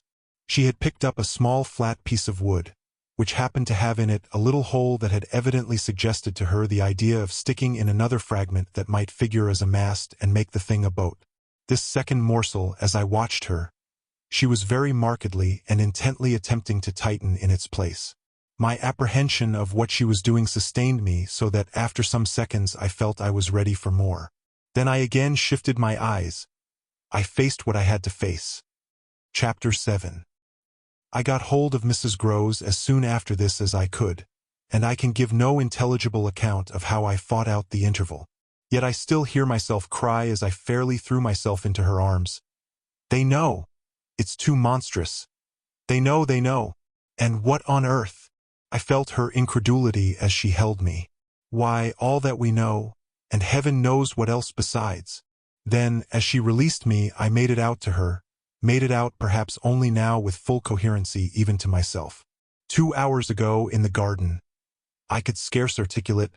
Flora saw. Mrs. Groves took it as she might have taken a blow in the stomach. She has told you? She panted. Not a word, that's the horror. She kept it to herself. The child of 8, that child. Unutterable still, for me, was the stupefaction of it. Mrs. Groves, of course, could only gape the wider. Then, how do you know? I was there. I saw with my eyes, saw that she was perfectly aware. Do you mean aware of him? No, of her. I was conscious as I spoke that I looked prodigious things, for I got the slow reflection of them in my companion's face. Another person this time, but a figure of quite as unmistakable horror and evil. A woman in black, pale and dreadful, with such an air also and such a face. On the other side of the lake. I was there with the child, quiet for the hour, and in the midst of it she came. Came how? From where? From where they come from. She just appeared and stood there, but not so near. And without coming nearer? Oh, for the effect and the feeling. She might have been as close as you. My friend, with an odd impulse, fell back a step. Was she someone you've never seen? Yes, but someone the child has. Someone you have. Then, to show how I had thought it all out, my predecessor, the one who died. Miss Jessel. Miss Jessel. You don't believe me? Oppressed. She turned right and left in her distress. How can you be sure? This drew from me, in the state of my nerves, a flash of impatience. Then ask Flora. She's sure. But I had no sooner spoken than I caught myself up. No, for God's sake, don't. She'll say she isn't. She'll lie. Mrs. Groves was not too bewildered instinctively to protest. Ah, how can you? Because I'm clear. Flora doesn't want me to know. It's only then to spare you. No, there are depths. The more I go over it, the more I see in it. And the more I see in it, the more I fear. I don't know what I don't see. What I don't fear. Mrs. Groves tried to keep up with me. You mean you're afraid of seeing her again? Oh no, that's nothing now. Then I explained. It's of not seeing her. But my companion only looked wan. I don't understand you. Why, it's that the child may keep it up, and that the child assuredly will, without my knowing it. At the image of this possibility, Mrs. Groves for a moment collapsed, yet presently to pull herself together again, as if from the positive force of the sense of what, should we yield an inch, there would really be to give way to. Dear, we must keep our heads. And after all, if she doesn't mind it. She even tried a grim joke. Perhaps she likes it. Likes such things. A scrap of an infant. Isn't it just a proof of her blessed innocence? My friend bravely inquired. She brought me, for the instant, almost round. Oh, we must clutch at that. We must cling to it. If it isn't a proof of what you say, it's a proof of God knows what. For the woman's a horror of horrors. Mrs. Groves, at this, fixed her eyes a minute on the ground. Then at last raising them, "Tell me how you know," she said. "Then you admit it's what she was?" I cried. "Tell me how you know." My friend simply repeated. "No? By seeing her. By the way she looked. At you? Do you mean so wickedly?" Dear me, no, I could have borne that. She gave me never a glance. She only fixed the child. Mrs. Groves tried to see it. Fixed her. Ah, with such awful eyes. She stared at mine as if they might really have resembled them. Do you mean of dislike? God help us, no. Of something much worse. Worse than dislike? This left her indeed at a loss. With a determination indescribable. With a kind of fury of intention. I made her turn pale. Intention. To get hold of her. Mrs. Groves, her eyes just lingering on mine, gave a shudder and walked to the window, and while she stood there looking out I completed my statement. That's what Flora knows. After a little she turned round. The person was in black, you say? In mourning, rather poor, almost shabby. But, yes, with extraordinary beauty. I now recognized to what I had at last, stroke by stroke, brought the victim of my confidence, for she quite visibly weighed this. Oh, handsome, very, I insisted. Wonderfully handsome, but infamous. She slowly came back to me. Miss Jessel was infamous. She once more took my hand in both her own, holding it as tight as if to fortify me against the increase of alarm I might draw from this disclosure. They were both infamous, she finally said. So, for a little, we faced it once more together, and I found absolutely a degree of help in seeing it now so straight. I appreciate, I said, the great decency of your not having hitherto spoken, but the time has certainly come to give me the whole thing. She appeared to assent to this, but still only in silence. Seeing which I went on. I must have it now. Of what did she die? Come. There was something between them. There was everything. In spite of the difference? Oh, of their rank, their condition. She brought it woefully out. She was a lady. I turned it over. I again saw. Yes, she was a lady. And he so dreadfully below, said Mrs. Groves. I felt that I doubtless needn't press too hard, in such company, on the place of a servant in the scale. But there was nothing to prevent an acceptance of my companion's own measure of my predecessor's abasement. There was a way to deal with that, and I dealt, the more readily for my full vision on the evidence, of our employer's late clever, good-looking own man, impudent, assured, spoiled, depraved. The fellow was a hound. Mrs. Groves considered as if it were perhaps a little a case for a sense of shades. I've never seen one like him. He did what he wished. With her. With them all. It was as if now in my friend's own eyes Miss Jessel had again appeared. I seemed at any rate, for an instant, to see their evocation of her as distinctly as I had seen her by the pond, and I brought out with decision, "It must have been also what she wished."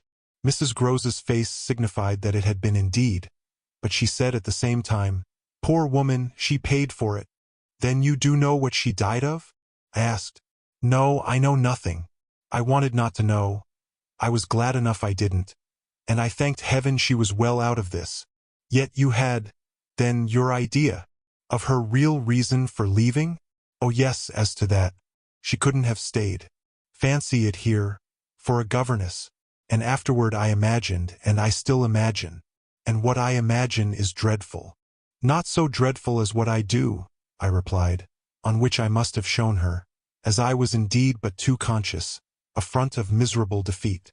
It brought out again all her compassion for me, and at the renewed touch of her kindness my power to resist broke down. I burst, as I had, the other time, made her burst into tears. She took me to her motherly breast, and my lamentation overflowed. "I don't do it," I sobbed in despair. "I don't save or shield them. It's far worse than I dreamed. They're lost." Chapter 8. What I had said to Mrs. Groves was true enough. There were in the matter I had put before her depths and possibilities that I lacked resolution to sound, so that when we met once more in the wonder of it we were of a common mind about the duty of resistance to extravagant fancies. We were to keep our heads if we should keep nothing else. Difficult indeed as that might be in the face of what, in our prodigious experience, was least to be questioned. Late that night, while the house slept, we had another talk in my room, when she went all the way with me as to its being beyond doubt that I had seen exactly what I had seen. To hold her perfectly in the pinch of that, I found I had only to ask her how, if I had made it up, I came to be able to give of each of the persons appearing to me, a picture disclosing, to the last detail, their special marks, a portrait on the exhibition of which she had instantly recognized and named them.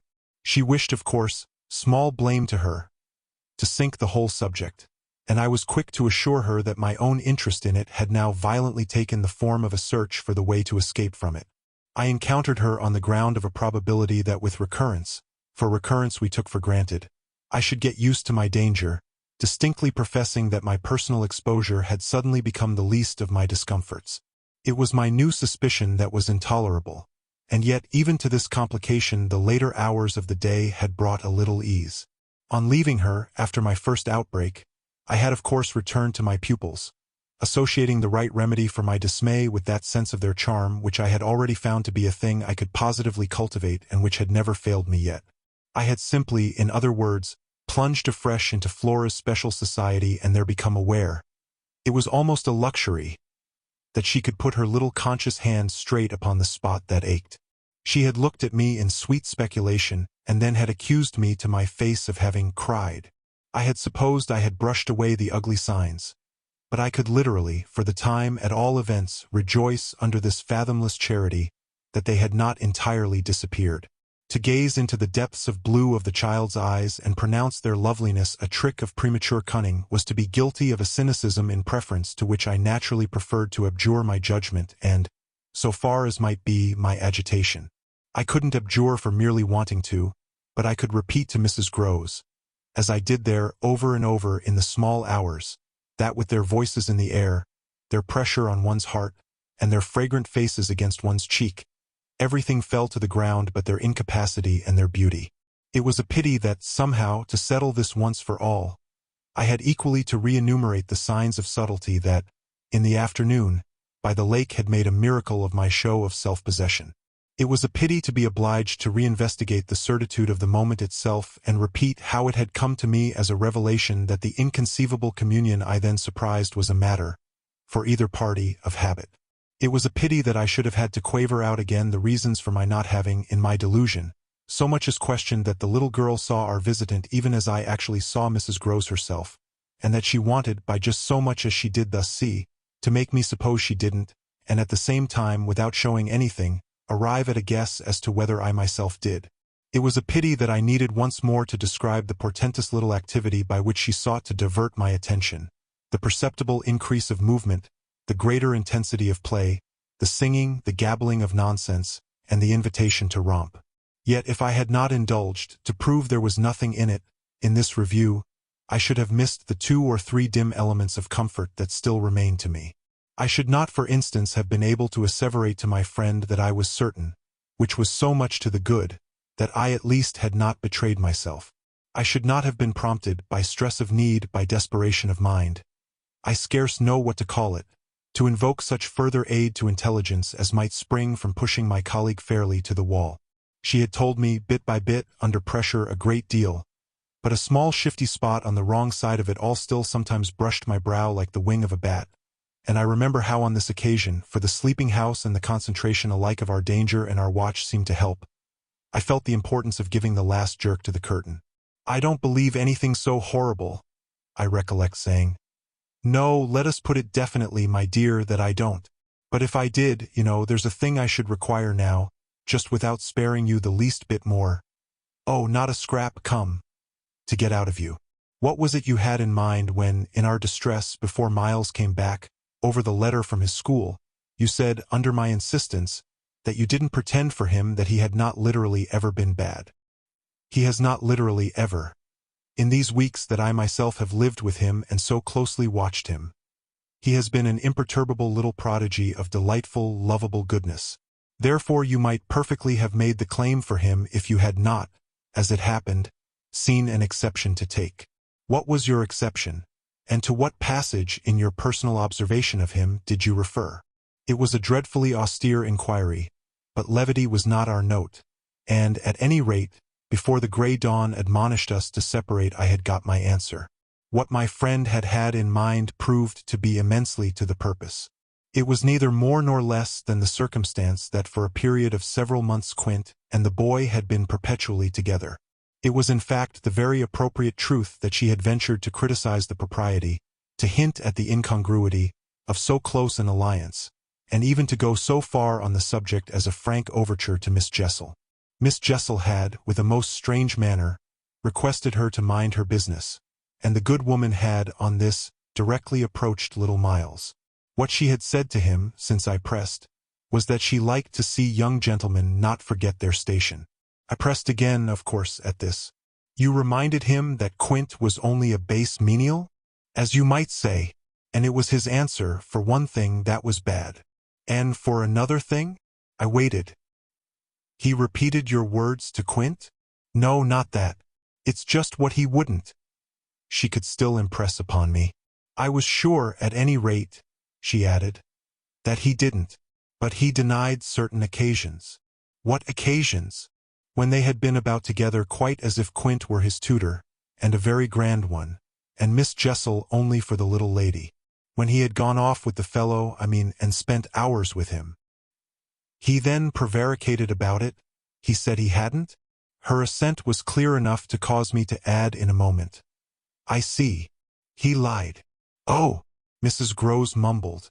This was a suggestion that it didn't matter, which indeed she backed up by a further remark. "You see, after all, Miss Jessel didn't mind. She didn't forbid him." I considered. "Did he put that to you as a justification?" At this she dropped again. "No, he never spoke of it." "Never mentioned her in connection with Quint?" She saw, visibly flushing, where I was coming out. "Well, he didn't show anything. He denied," she repeated. "He denied." Lord, how I pressed her now. "So that you could see he knew what was between the two wretches?" I don't know, the poor woman groaned. "You do know, you dear thing," I replied. "Only you haven't my dreadful boldness of mind, and you keep back, out of timidity and modesty and delicacy, even the impression that, in the past, when you had, without my aid, to flounder about in silence, most of all made you miserable. But I shall get it out of you yet. There was something in the boy that suggested to you, I continued, that he covered and concealed their relation. Oh, he couldn't prevent. You're learning the truth? I dare say. But, heavens, I fell with vehemence, a-thinking. What it shows that they must, to that extent, have succeeded in making of him. Ah, nothing that's not nice now, Mrs. Groves lugubriously pleaded. I don't wonder you looked queer, I persisted, when I mentioned to you the letter from his school. I doubt if I looked as queer as you, she retorted with homely force. And if he was so bad then as that comes to, how is he such an angel now? Yes, indeed, and if he was a fiend at school, how? Well, I said in my torment, you must put it to me again, but I shall not be able to tell you for some days. Only, put it to me again, I cried in a way that made my friend stare. There are directions in which I must not for the present let myself go. Meanwhile I returned to her first example, the one to which she had just previously referred, of the boy's happy capacity for an occasional slip. If Quint, on your remonstrance at the time you speak of, was a base menial, one of the things Miles said to you, I find myself guessing, was that you were another. Again her admission was so adequate that I continued, and you forgave him that? Wouldn't you? Oh, yes. And we exchanged there, in the stillness, a sound of the oddest amusement. Then I went on, at all events, while he was with the man, Miss Flora was with the woman. It suited them all. It suited me, too, I felt, only too well. By which I mean that it suited exactly the particularly deadly view I was in the very act of forbidding myself to entertain. But I so far succeeded in checking the expression of this view that I will throw, just here, no further light on it than may be offered by the mention of my final observation to Mrs. Groves. His having lied and been impudent are, I confess, less engaging specimens than I had hoped to have from you of the outbreak in him of the little natural man. Still, I mused, they must do, for they make me feel more than ever that I must watch. It made me blush, the next minute, to see in my friend's face how much more unreservedly she had forgiven him than her anecdote struck me as presenting to my own tenderness an occasion for doing. This came out when, at the schoolroom door, she quitted me. Surely you don't accuse him of carrying on an intercourse that he conceals from me? Ah, remember that, until further evidence, I now accuse nobody. Then, before shutting her out to go, by another passage, to her own place, I must just wait. I wound up. Chapter 9. I waited and waited, and the days, as they elapsed, took something from my consternation. A very few of them, in fact, passing, in constant sight of my pupils, without a fresh incident, sufficed to give to grievous fancies and even to odious memories a kind of brush of the sponge.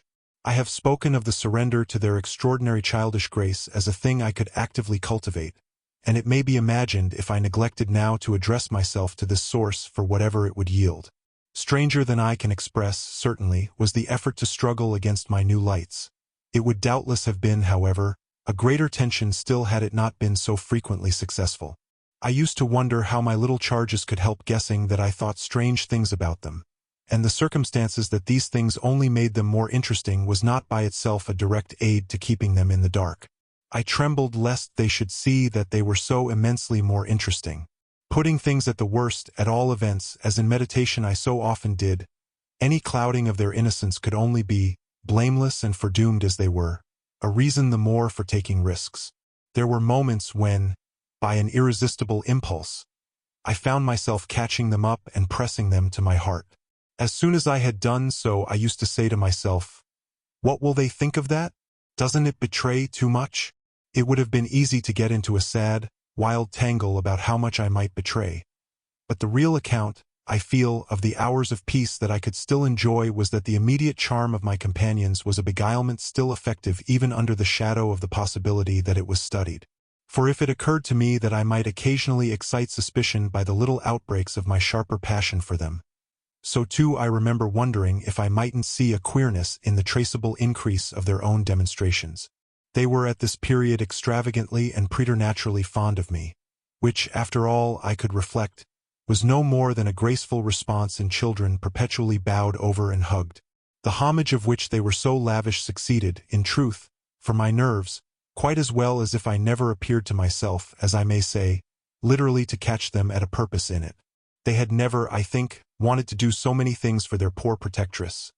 I mean, though they got their lessons better and better, which was naturally what would please her most, in the way of diverting, entertaining, surprising her. Reading her passages, telling her stories, acting her charades, pouncing out at her, in disguises, as animals and historical characters, and above all astonishing her by the pieces they had secretly got by heart and could interminably recite. I should never get to the bottom, were I to let myself go even now, of the prodigious private commentary, all under still more private correction, with which, in these days, I overscored their full hours. They had shown me from the first a facility for everything, a general faculty which, taking a fresh start, achieved remarkable flights. They got their little tasks as if they loved them, and indulged, from the mere exuberance of the gift, in the most unimposed little miracles of memory. They not only popped out at me as tigers and as Romans, but as Shakespeareans, astronomers, and navigators. This was so singularly the case that it had presumably much to do with the fact as to which, at the present day, I am at a loss for a different explanation. I allude to my unnatural composure on the subject of another school for miles. What I remember is that I was content not, for the time, to open the question, and that contentment must have sprung from the sense of his perpetually striking show of cleverness. He was too clever for a bad governess, for a parson's daughter, to spoil, and the strangest if not the brightest thread in the pensive embroidery I just spoke of was the impression I might have got, if I had dared to work it out, that he was under some influence operating in his small intellectual life as a tremendous incitement. If it was easy to reflect, however, that such a boy could postpone school, it was at least as marked that for such a boy to have been kicked out by a schoolmaster was a mystification without end. Let me add that, in their company now, and I was careful almost never to be out of it, I could follow no scent very far. We lived in a cloud of music and love and success and private theatricals. The musical sense in each of the children was of the quickest, but the elder in especial had a marvelous knack of catching and repeating. The schoolroom piano broke into all gruesome fancies, and when that failed there were confabulations in corners, with a sequel of one of them going out in the highest spirits in order to come in as something new. I had had brothers myself, and it was no revelation to me that little girls could be slavish idolaters of little boys. What surpassed everything was that there was a little boy in the world who could have for the inferior age, sex, and intelligence so fine a consideration.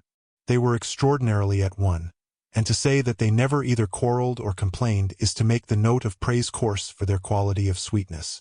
Sometimes, indeed, when I dropped into coarseness, I perhaps came across traces of little understandings between them by which one of them should keep me occupied while the other slipped away. There is a naïf side, I suppose, in all diplomacy, but if my pupils practiced upon me, it was surely with the minimum of grossness. It was all in the other quarter that, after a lull, the grossness broke out. I find that I really hang back, but I must take my plunge. In going on with the record of what was hideous at Bly, I not only challenge the most liberal faith, for which I little care, but, and this is another matter, I renew what I myself suffered, I again push my way through it to the end. There came suddenly an hour after which, as I look back, the affair seems to me to have been all pure suffering, but I have at least reached the heart of it, and the straightest road out is doubtless to advance. One evening, with nothing to lead up or to prepare it, I felt the cold touch of the impression that had breathed on me the night of my arrival and which, much lighter than, as I have mentioned, I should probably have made little of in memory had my subsequent sojourn been less agitated. I had not gone to bed. I sat reading by a couple of candles. There was a roomful of old books at Bly, last-century fiction, some of it, which, to the extent of a distinctly deprecated renown, but never to so much as that of a stray specimen, had reached the sequestered home and appealed to the unavowed curiosity of my youth. I remember that the book I had in my hand was Fielding's Amelia, also that I was wholly awake. I recall further both a general conviction that it was horribly late and a particular objection to looking at my watch. I figure, finally, that the white curtain draping, in the fashion of those days, the head of Flora's little bed, shrouded, as I had assured myself long before, the perfection of childish rest. I recollect in short that, though I was deeply interested in my author, I found myself, at the turn of a page and with his spell all scattered, looking straight up from him and hard at the door of my room. There was a moment during which I listened, reminded of the faint sense I had had, the first night, of there being something undefinably astir in the house, and noted the soft breath of the open casement just move the half-drawn blind. Then, with all the marks of a deliberation that must have seemed magnificent had there been anyone to admire it, I laid down my book, rose to my feet, and, taking a candle, went straight out of the room and, from the passage, on which my light made little impression, noiselessly closed and locked the door. I can say now neither what determined nor what guided me, but I went straight along the lobby, holding my candle high, till I came within sight of the tall window that presided over the great turn of the staircase. At this point, I precipitately found myself aware of three things. They were practically simultaneous, yet they had flashes of succession. My candle, under a bold flourish, went out, and I perceived, by the uncovered window, that the yielding dusk of earliest morning rendered it unnecessary. Without it, the next instant, I saw that there was someone on the stair. I speak of sequences, but I required no lapse of seconds to stiffen myself for a third encounter with Quint. The apparition had reached the landing halfway up and was therefore on the spot nearest the window, where at sight of me, it stopped short and fixed me exactly as it had fixed me from the tower and from the garden. He knew me as well as I knew him, and so, in the cold, faint twilight, with a glimmer in the high glass and another on the polish of the oak stair below, we faced each other in our common intensity. He was absolutely, on this occasion, a living, detestable, dangerous presence. But that was not the wonder of wonders. I reserve this distinction for quite another circumstance. The circumstance that dread had unmistakably quitted me, and that there was nothing in me there that didn't meet and measure him. I had plenty of anguish after that extraordinary moment, but I had, thank God, no terror. And he knew I had not. I found myself at the end of an instant magnificently aware of this. I felt, in a fierce rigor of confidence, that if I stood my ground a minute I should cease, for the time at least, to have him to reckon with, and during the minute, accordingly, the thing was as human and hideous as a real interview. Hideous just because it was human as to have met alone in the small hours in a sleeping house some enemy, some adventurer, some criminal. It was the dead silence of our long gaze at such close quarters that gave the whole horror, huge as it was, its only note of the unnatural. If I had met a murderer in such a place and at such an hour, we still at least would have spoken. Something would have passed in life between us. If nothing had passed, one of us would have moved. The moment was so prolonged that it would have taken but little more to make me doubt if even I were in life. I can't express what followed it save by saying that the silence itself, which was indeed in a manner an attestation of my strength, became the element into which I saw the figure disappear, in which I definitely saw it turn as I might have seen the low wretch to which it had once belonged turn on receipt of an order, and pass, with my eyes on the villainous back that no hunch could have more disfigured, straight down the staircase and into the darkness in which the next bend was lost. Chapter 10. I remained a while at the top of the stair, but with the effect presently of understanding that when my visitor had gone, he had gone. Then I returned to my room. The foremost thing I saw there by the light of the candle I had left burning was that Flora's little bed was empty, and on this I caught my breath with all the terror that, 5 minutes before, I had been able to resist. I dashed at the place in which I had left her lying and over which, for the small silk counterpane and the sheets were disarranged, the white curtains had been deceivingly pulled forward. Then my step, to my unutterable relief, produced an answering sound. I perceived an agitation of the window blind, and the child, ducking down, emerged rosily from the other side of it. She stood there in so much of her candor and so little of her nightgown, with her pink bare feet and the golden glow of her curls. She looked intensely grave, and I had never had such a sense of losing an advantage acquired, the thrill of which had just been so prodigious, as on my consciousness that she addressed me with a reproach. "You naughty! Where have you been?" Instead of challenging her own irregularity, I found myself arraigned and explaining. She herself explained, for that matter, with the loveliest, eagerest simplicity. She had known suddenly, as she lay there, that I was out of the room, and had jumped up to see what had become of me. I had dropped, with the joy of her reappearance, back into my chair, feeling then, and then only a little faint, and she had pattered straight over to me, thrown herself upon my knee, given herself to be held with the flame of the candle full in the wonderful little face that was still flushed with sleep.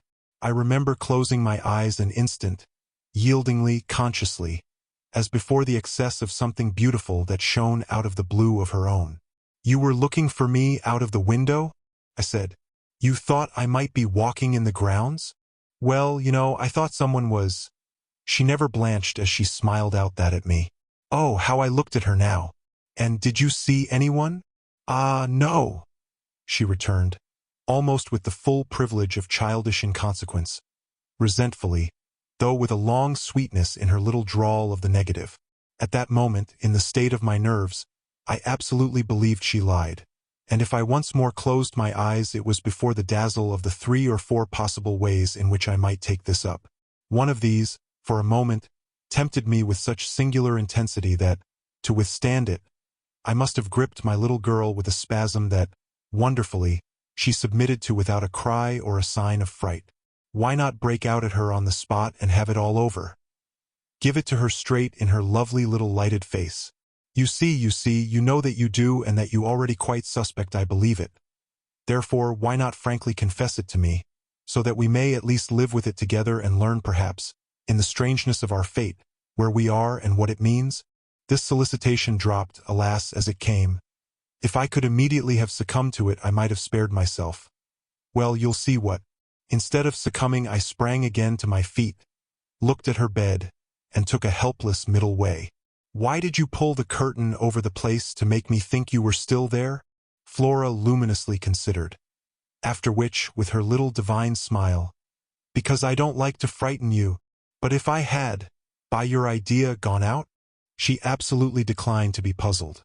She turned her eyes to the flame of the candle as if the question were as irrelevant, or at any rate as impersonal, as Mrs. Marset or 9 times 9. "Oh, but you know," she quite adequately answered, "that you might come back, you dear, and that you have." And after a little, when she had got into bed, I had, for a long time, by almost sitting on her to hold her hand, to prove that I recognized the pertinence of my return. You may imagine the general complexion, from that moment, of my nights. I repeatedly sat up till I didn't know when. I selected moments when my roommate unmistakably slept, and, stealing out, took noiseless turns in the passage and even pushed as far as to where I had last met Quint. But I never met him there again, and I may as well say at once that I on no other occasion saw him in the house. I just missed, on the staircase, on the other hand, a different adventure. Looking down it from the top, I once recognized the presence of a woman seated on one of the lower steps with her back presented to me, her body half bowed and her head, in an attitude of woe, in her hands. I had been there but an instant, however, when she vanished without looking round at me. I knew, nonetheless, exactly what dreadful face she had to show, and I wondered whether, if instead of being above I had been below, I should have had, for going up, the same nerve I had lately shown Quint. Well, there continued to be plenty of chance for nerve. On the 11th night after my latest encounter with that gentleman, they were all numbered now, I had an alarm that perilously skirted it, and that indeed, from the particular quality of its unexpectedness, proved quite my sharpest shock. It was precisely the first night during this series that, weary with watching, I had felt that I might again without laxity lay myself down at my old hour. I slept immediately and, as I afterward knew, till about 1 o'clock, but when I woke it was to sit straight up, as completely roused as if a hand had shook me.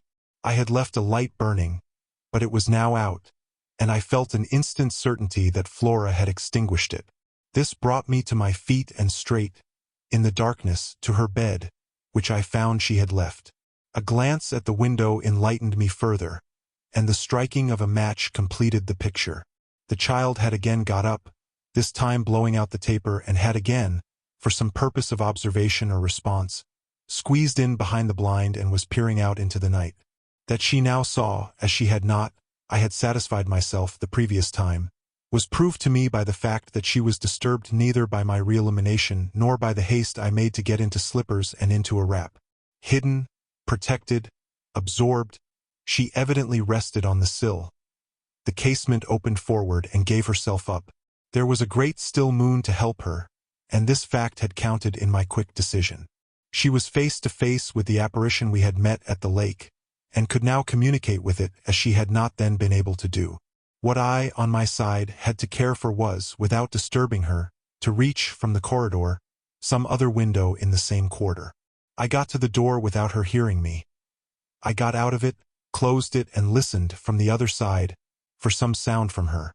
While I stood in the passage, I had my eyes on her brother's door, which was but 10 steps off and which, indescribably, produced in me a renewal of the strange impulse that I lately spoke of as my temptation.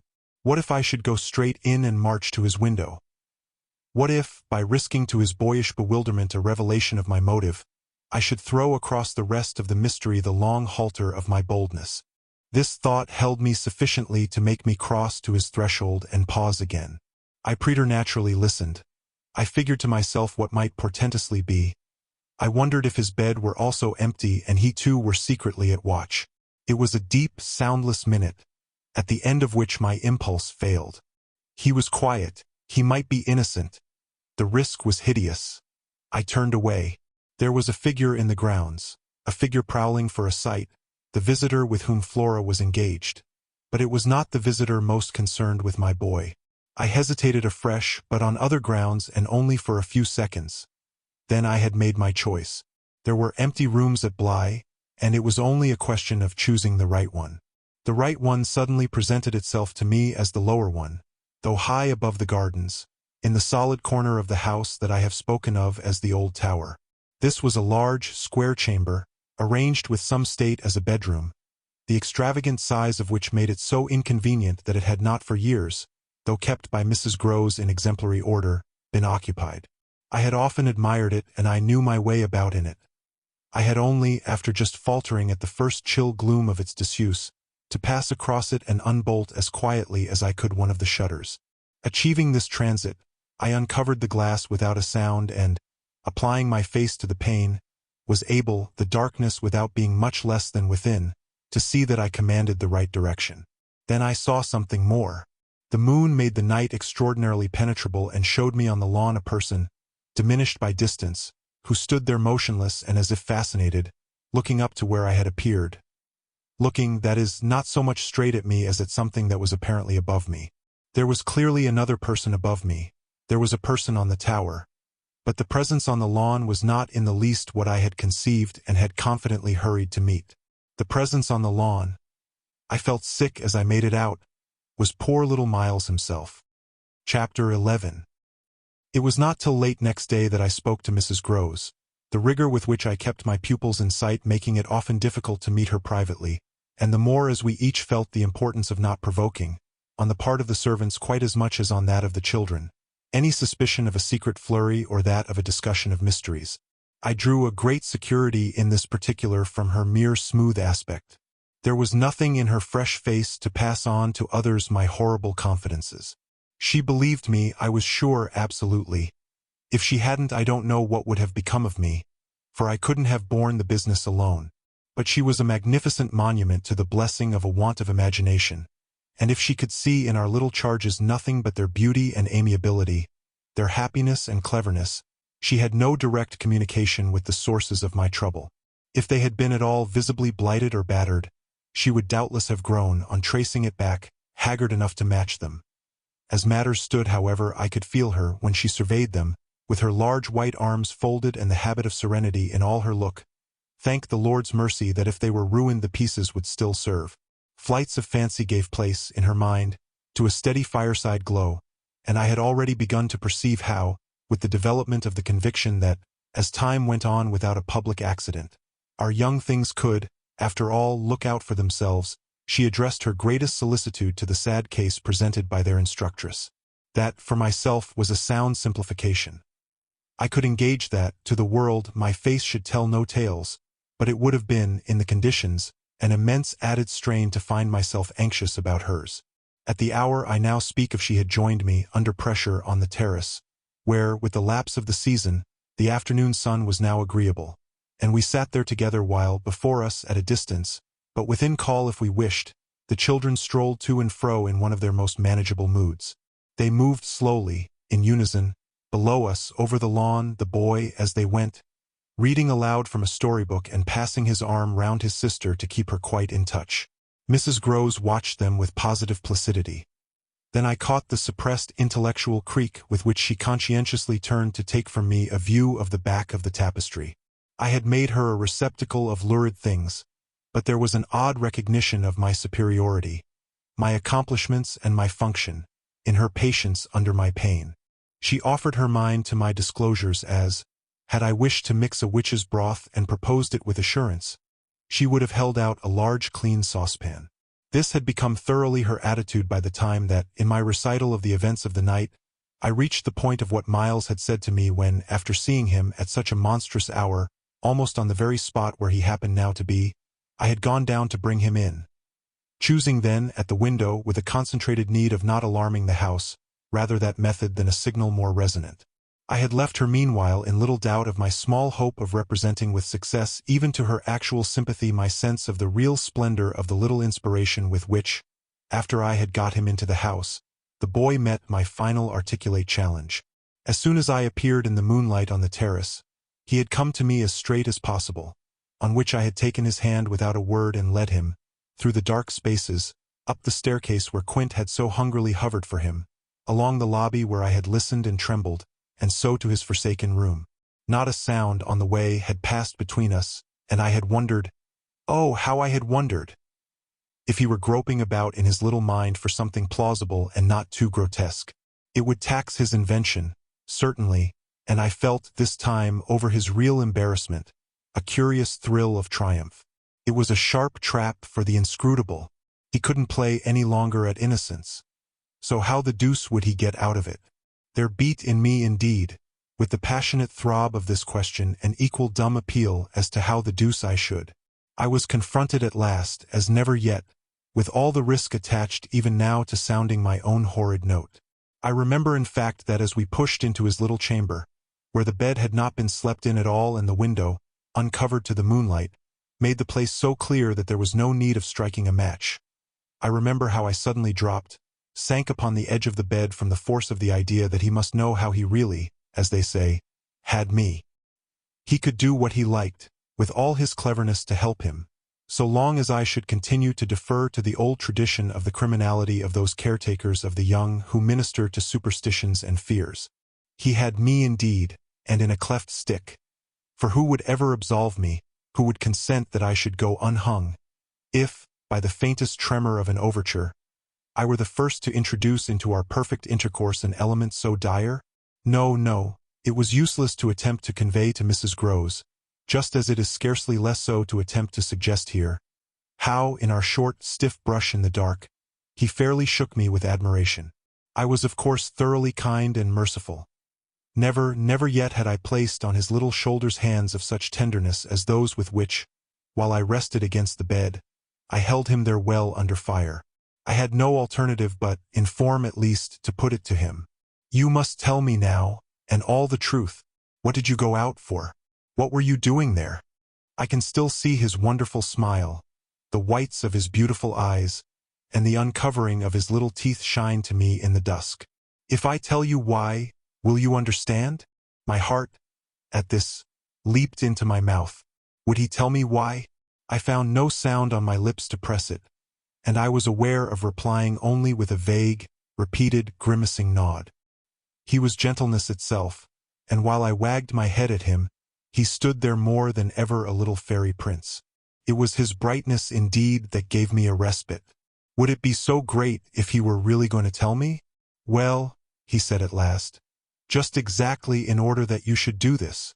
Do what? Think me, for a change, bad. I shall never forget the sweetness and gaiety with which he brought out the word, nor how, on top of it, he bent forward and kissed me. It was practically the end of everything.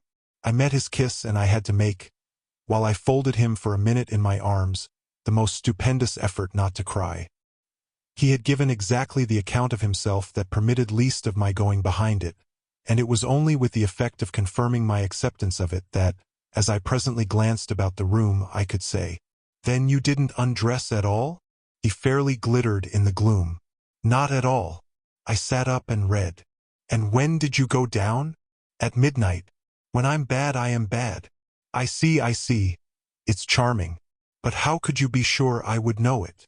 Oh, I arranged that with Flora. His answers rang out with a readiness. She was to get up and look out. Which is what she did do. It was I who fell into the trap. So she disturbed you and, to see what she was looking at, you also looked, you saw. While you, I concurred, caught your death in the night air. He literally bloomed so from this exploit that he could afford radiantly to assent. How otherwise should I have been bad enough? He asked. Then, after another embrace, the incident and our interview closed on my recognition of all the reserves of goodness that, for his joke, he had been able to draw upon. Chapter 12. The particular impression I had received proved in the morning light, I repeat, not quite successfully presentable to Mrs. Groves, though I reinforced it with the mention of still another remark that he had made before we separated. It all lies in half a dozen words, I said to her. Words that really settle the matter. Think, what I might do. He threw that off to show me how good he is. He knows down to the ground what he might do. That's what he gave them a taste of at school. Lord, you do change, cried my friend. I don't change. I simply make it out. The four, depend upon it, perpetually meet. If on either of these last nights you had been with either child, you would clearly have understood. The more I've watched and waited, the more I've felt that if there were nothing else to make it sure, it would be made so by the systematic silence of each. Never, by a slip of the tongue, have they so much as alluded to either of their old friends, any more than Miles has alluded to his expulsion. Oh yes, we may sit here and look at them, and they may show off to us there to their fill. But even while they pretend to be lost in their fairy tale, they're steeped in their vision of the dead restored. He's not reading to her, I declared. They're talking of them, they're talking horrors. I go on, I know, as if I were crazy, and it's a wonder I'm not. What I've seen would have made you so. But it has only made me more lucid, made me get hold of still other things.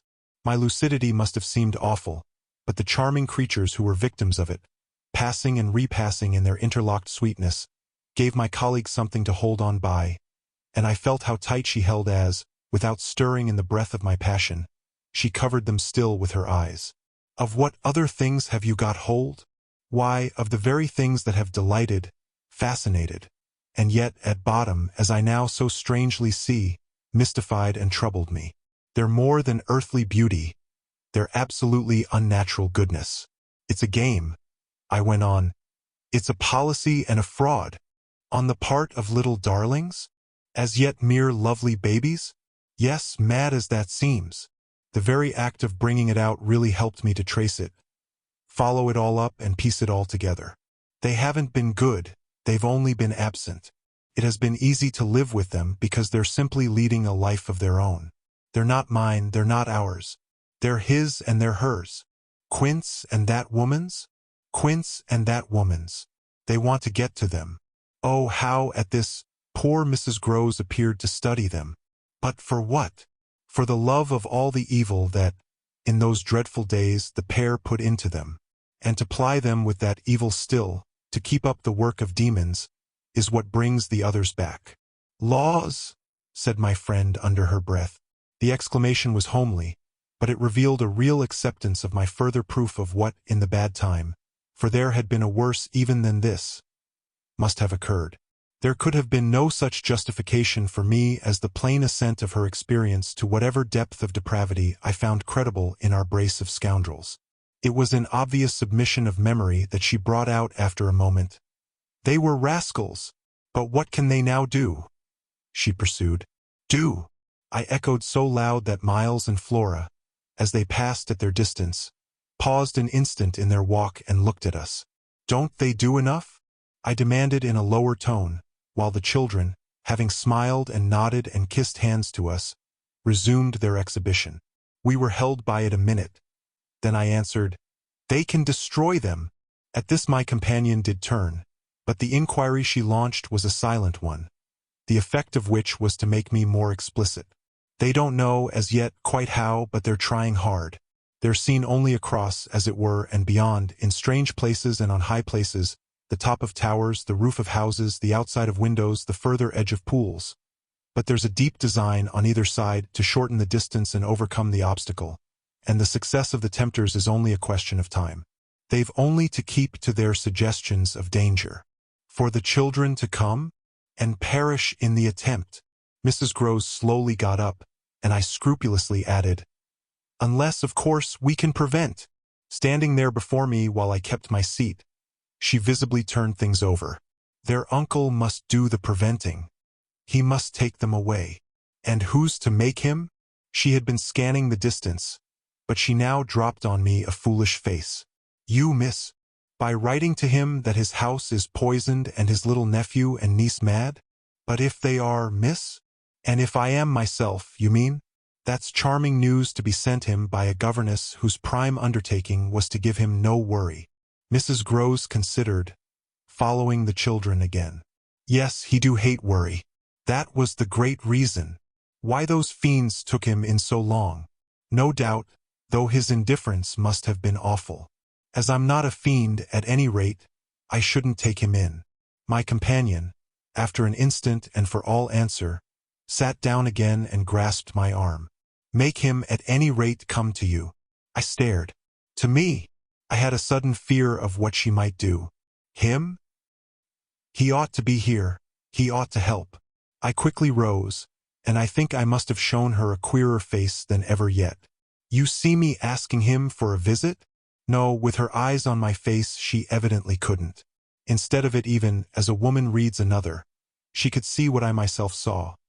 His derision, his amusement, his contempt for the breakdown of my resignation at being left alone and for the fine machinery I had set in motion to attract his attention to my slighted charms. She didn't know, no one knew, how proud I had been to serve him and to stick to our terms. Yet she nonetheless took the measure, I think, of the warning I now gave her.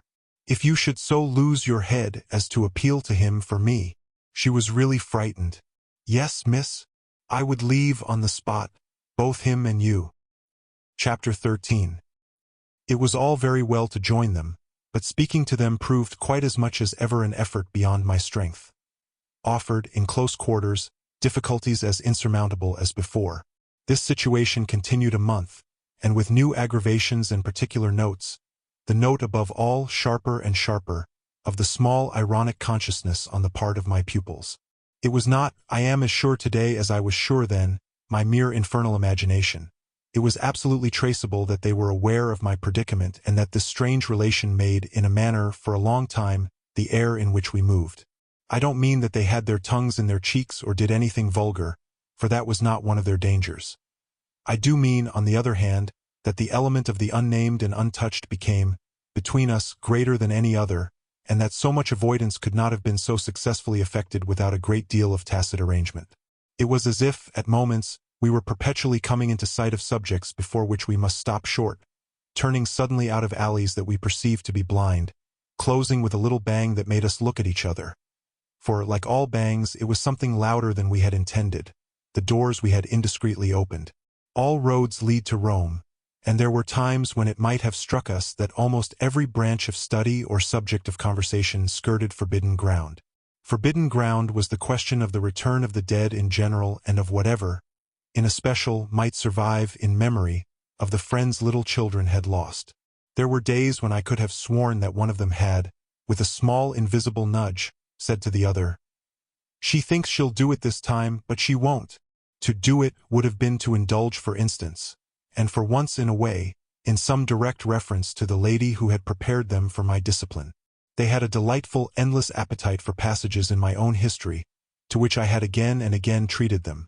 They were in possession of everything that had ever happened to me, had, with every circumstance, the story of my smallest adventures and of those of my brothers and sisters and of the cat and the dog at home, as well as many particulars of the eccentric nature of my father, of the furniture and arrangement of our house, and of the conversation of the old women of our village.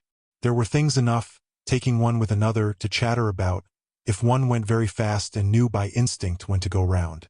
They pulled with an art of their own the strings of my invention and my memory, and nothing else perhaps, when I thought of such occasions afterward, gave me so the suspicion of being watched from under cover.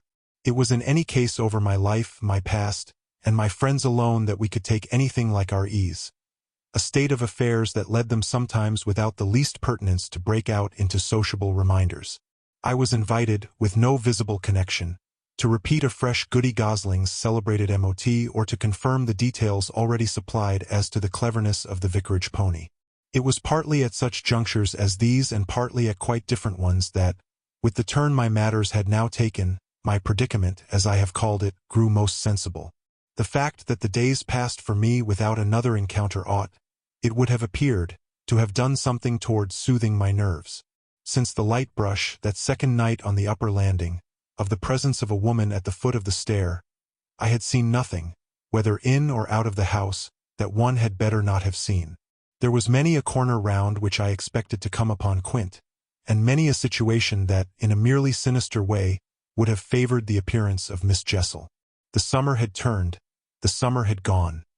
The autumn had dropped upon Bly and had blown out half our lights. The place, with its gray sky and withered garlands, its bared spaces and scattered dead leaves, was like a theater after the performance, all strewn with crumpled playbills. There were exactly states of the air, conditions of sound and of stillness, unspeakable impressions of the kind of ministering moment that brought back to me, long enough to catch it, the feeling of the medium in which, that June evening out of doors, I had had my first sight of Quint, and in which, too, at those other instants I had, after seeing him through the window, looked for him in vain in the circle of shrubbery. I recognized the signs, the portents, I recognized the moment, the spot, but they remained unaccompanied and empty, and I continued unmolested, if unmolested one could call a young woman whose sensibility had, in the most extraordinary fashion, not declined but deepened. I had said in my talk with Mrs. Groves on that horrid scene of Flora's by the lake, and had perplexed her by so saying, that it would from that moment distress me much more to lose my power than to keep it. I had then expressed what was vividly in my mind, the truth that, whether the children really saw or not, since, that is, it was not yet definitely proved, I greatly preferred, as a safeguard, the fullness of my own exposure. I was ready to know the very worst that was to be known. What I had then had an ugly glimpse of was that my eyes might be sealed just while theirs were most opened. Well, my eyes were sealed, it appeared, at present, a consummation for which it seemed blasphemous not to thank God. There was, alas, a difficulty about that. I would have thanked him with all my soul had I not had in a proportionate measure this conviction of the secret of my pupils. How can I retrace today the strange steps of my obsession? There were times of our being together when I would have been ready to swear that, literally in my presence but with my direct sense of it closed, they had visitors who were known and were welcome. Then it was that, had I not been deterred by the very chance that such an injury might prove greater than the injury to be averted, my exultation would have broken out.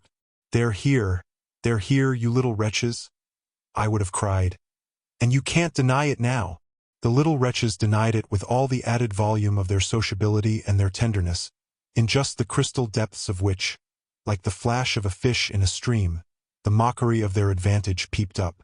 The shock, in truth, had sunk into me still deeper than I knew on the night when, looking out to see either Quint or Miss Jessel under the stars, I had beheld the boy over whose rest I watched and who had immediately brought in with him, had straightway there turned it on me, the lovely upward look with which, from the battlements above me, the hideous apparition of Quint had played.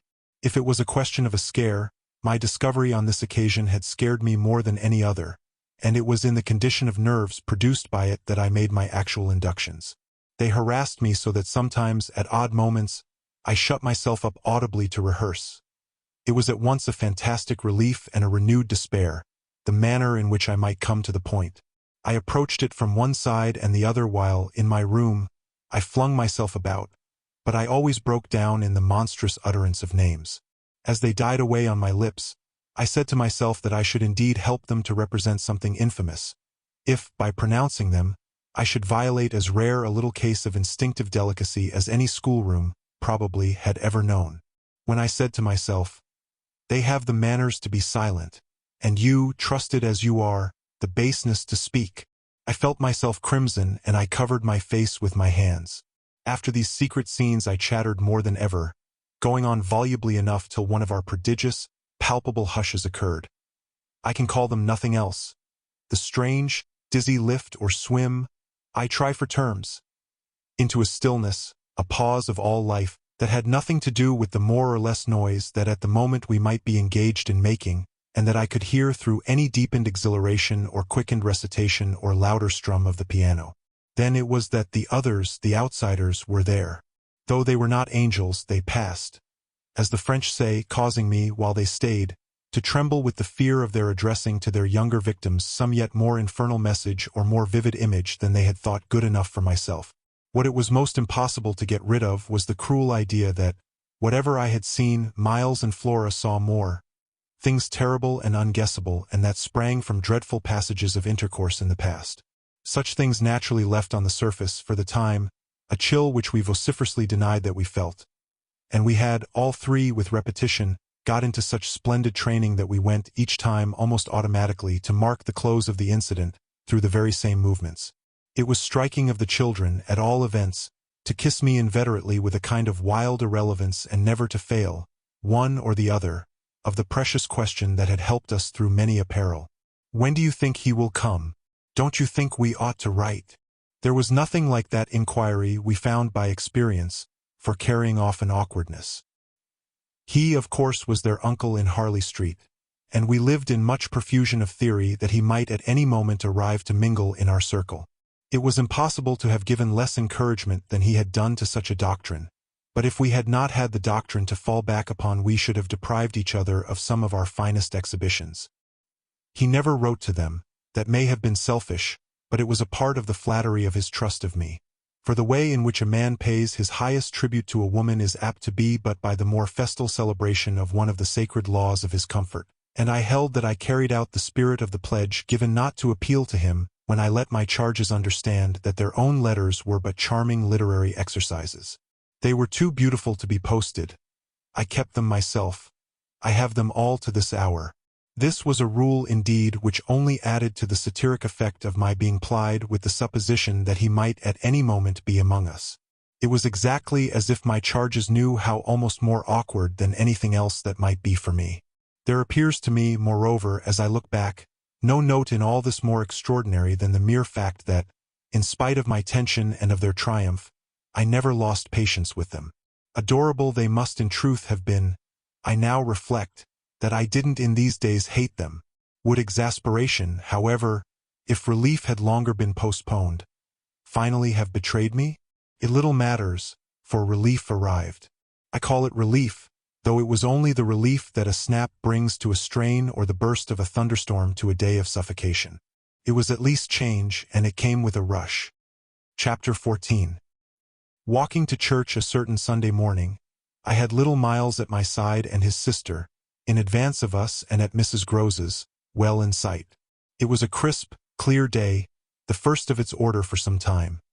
The night had brought a touch of frost, and the autumn air, bright and sharp, made the church bells almost gay. It was an odd accident of thought that I should have happened at such a moment to be particularly and very gratefully struck with the obedience of my little charges. Why did they never resent my inexorable, my perpetual society?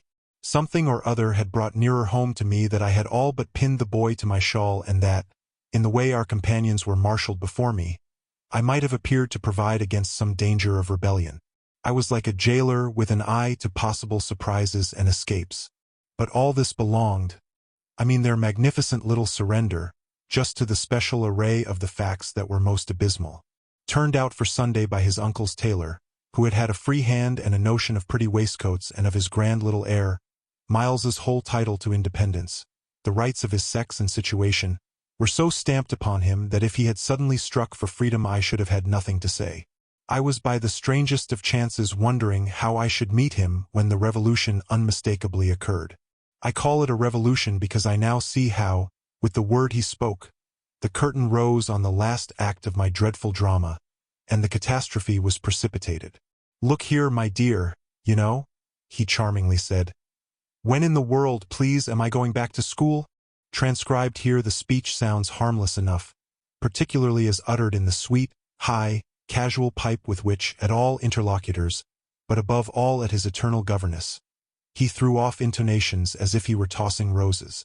There was something in them that always made one catch, and I caught, at any rate, now so effectually that I stopped as short as if one of the trees of the park had fallen across the road. There was something new on the spot between us, and he was perfectly aware that I recognized it, though, to enable me to do so, he had no need to look a whit less candid and charming than usual. I could feel in him how he already, from my at first finding nothing to reply, perceived the advantage he had gained. I was so slow to find anything that he had plenty of time, after a minute, to continue with his suggestive but inconclusive smile. "You know, my dear, that for a fellow to be with a lady always—" His "my dear" was constantly on his lips for me, and nothing could have expressed more the exact shade of the sentiment with which I desired to inspire my pupils than its fond familiarity. It was so respectfully easy. But, oh, how I felt that at present I must pick my own phrases. I remember that, to gain time, I tried to laugh, and I seemed to see in the beautiful face with which he watched me how ugly and queer I looked. "And always with the same lady?" I returned. He neither blanched nor winked.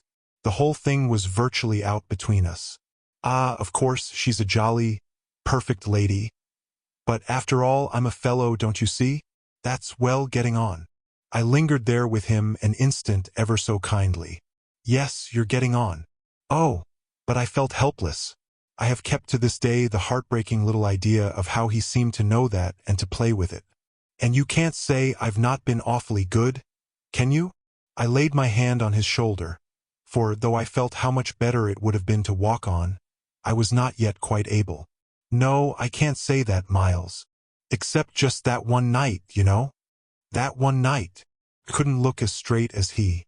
"Why, when I went out of the house."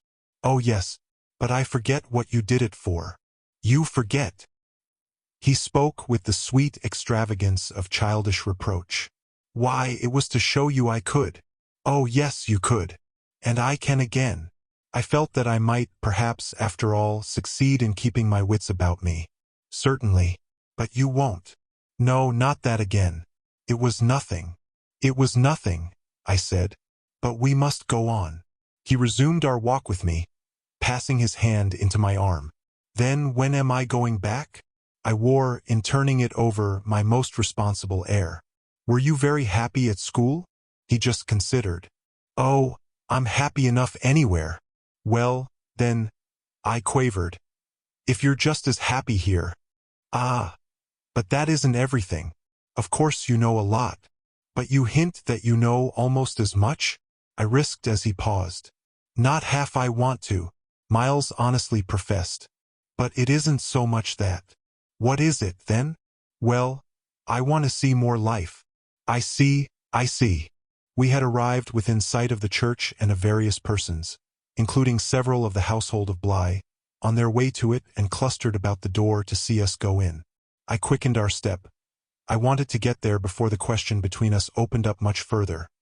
I reflected hungrily that, for more than an hour, he would have to be silent, and I thought with envy of the comparative dusk of the pew and of the almost spiritual help of the hassock on which I might bend my knees. I seemed literally to be running a race with some confusion to which he was about to reduce me, but I felt that he had got in first when, before we had even entered the churchyard, he threw out, "I want my own sort." It literally made me bound forward. "There are not many of your own sort, Miles." I laughed. "Unless, perhaps, dear little Flora." "You really compare me to a baby girl?" This found me singularly weak. "Don't you, then, love our sweet Flora?" "If I didn't, and you too. If I didn't," he repeated as if retreating for a jump, yet leaving his thought so unfinished that, after we had come into the gate, another stop, which he imposed on me by the pressure of his arm, had become inevitable. Mrs. Groves and Flora had passed into the church. The other worshippers had followed, and we were, for the minute, alone among the old, thick graves. We had paused, on the path from the gate, by a low, oblong, table-like tomb. "Yes, if you didn't?" He looked while I waited at the graves. "Well, you know what?" But he didn't move, and he presently produced something that made me drop straight down on the stone slab, as if suddenly to rest. "Does my uncle think what you think?" I markedly rested. "How do you know what I think?" "Ah, well, of course I don't. For it strikes me you never tell me. But I mean, does he know?" "Know what, Miles?" "Why, the way I'm going on." I perceived quickly enough that I could make, to this inquiry, No answer that would not involve something of a sacrifice of my employer. Yet it appeared to me that we were all, at Bly, sufficiently sacrificed to make that venial. I don't think your uncle much cares. Miles on this stood looking at me. Then don't you think he can be made to? In what way? Why, by his coming down. But who'll get him to come down? I will, the boy said with extraordinary brightness and emphasis. He gave me another look charged with that expression, and then marched off alone into church. Chapter 15. The business was practically settled from the moment I never followed him. It was a pitiful surrender to agitation, but my being aware of this had somehow no power to restore me. I only sat there on my tomb and read into what my little friend had said to me the fullness of its meaning. By the time I had grasped the whole of which I had also embraced, for absence, the pretext that I was ashamed to offer my pupils and the rest of the congregation such an example of delay. What I said to myself above all was that Miles had got something out of me and that the proof of it, for him, would be just this awkward collapse. He had got out of me that there was something I was much afraid of and that he should probably be able to make use of my fear to gain, for his own purpose, more freedom. My fear was of having to deal with the intolerable question of the grounds of his dismissal from school, for that was really but the question of the horrors gathered behind. That his uncle should arrive to treat with me of these things was a solution that, strictly speaking, I ought now to have desired to bring on. But I could so little face the ugliness and the pain of it that I simply procrastinated and lived from hand to mouth. The boy, to my deep discomposure, was immensely in the right, was in a position to say to me, "Either you clear up with my guardian the mystery of this interruption of my studies, or you cease to expect me to lead with you a life that's so unnatural for a boy." What was so unnatural for the particular boy I was concerned with was this sudden revelation of a consciousness and a plan. That was what really overcame me, what prevented my going in. I walked round the church, hesitating, hovering. I reflected that I had already, with him, hurt myself beyond repair. Therefore I could patch up nothing, and it was too extreme an effort to squeeze beside him into the pew.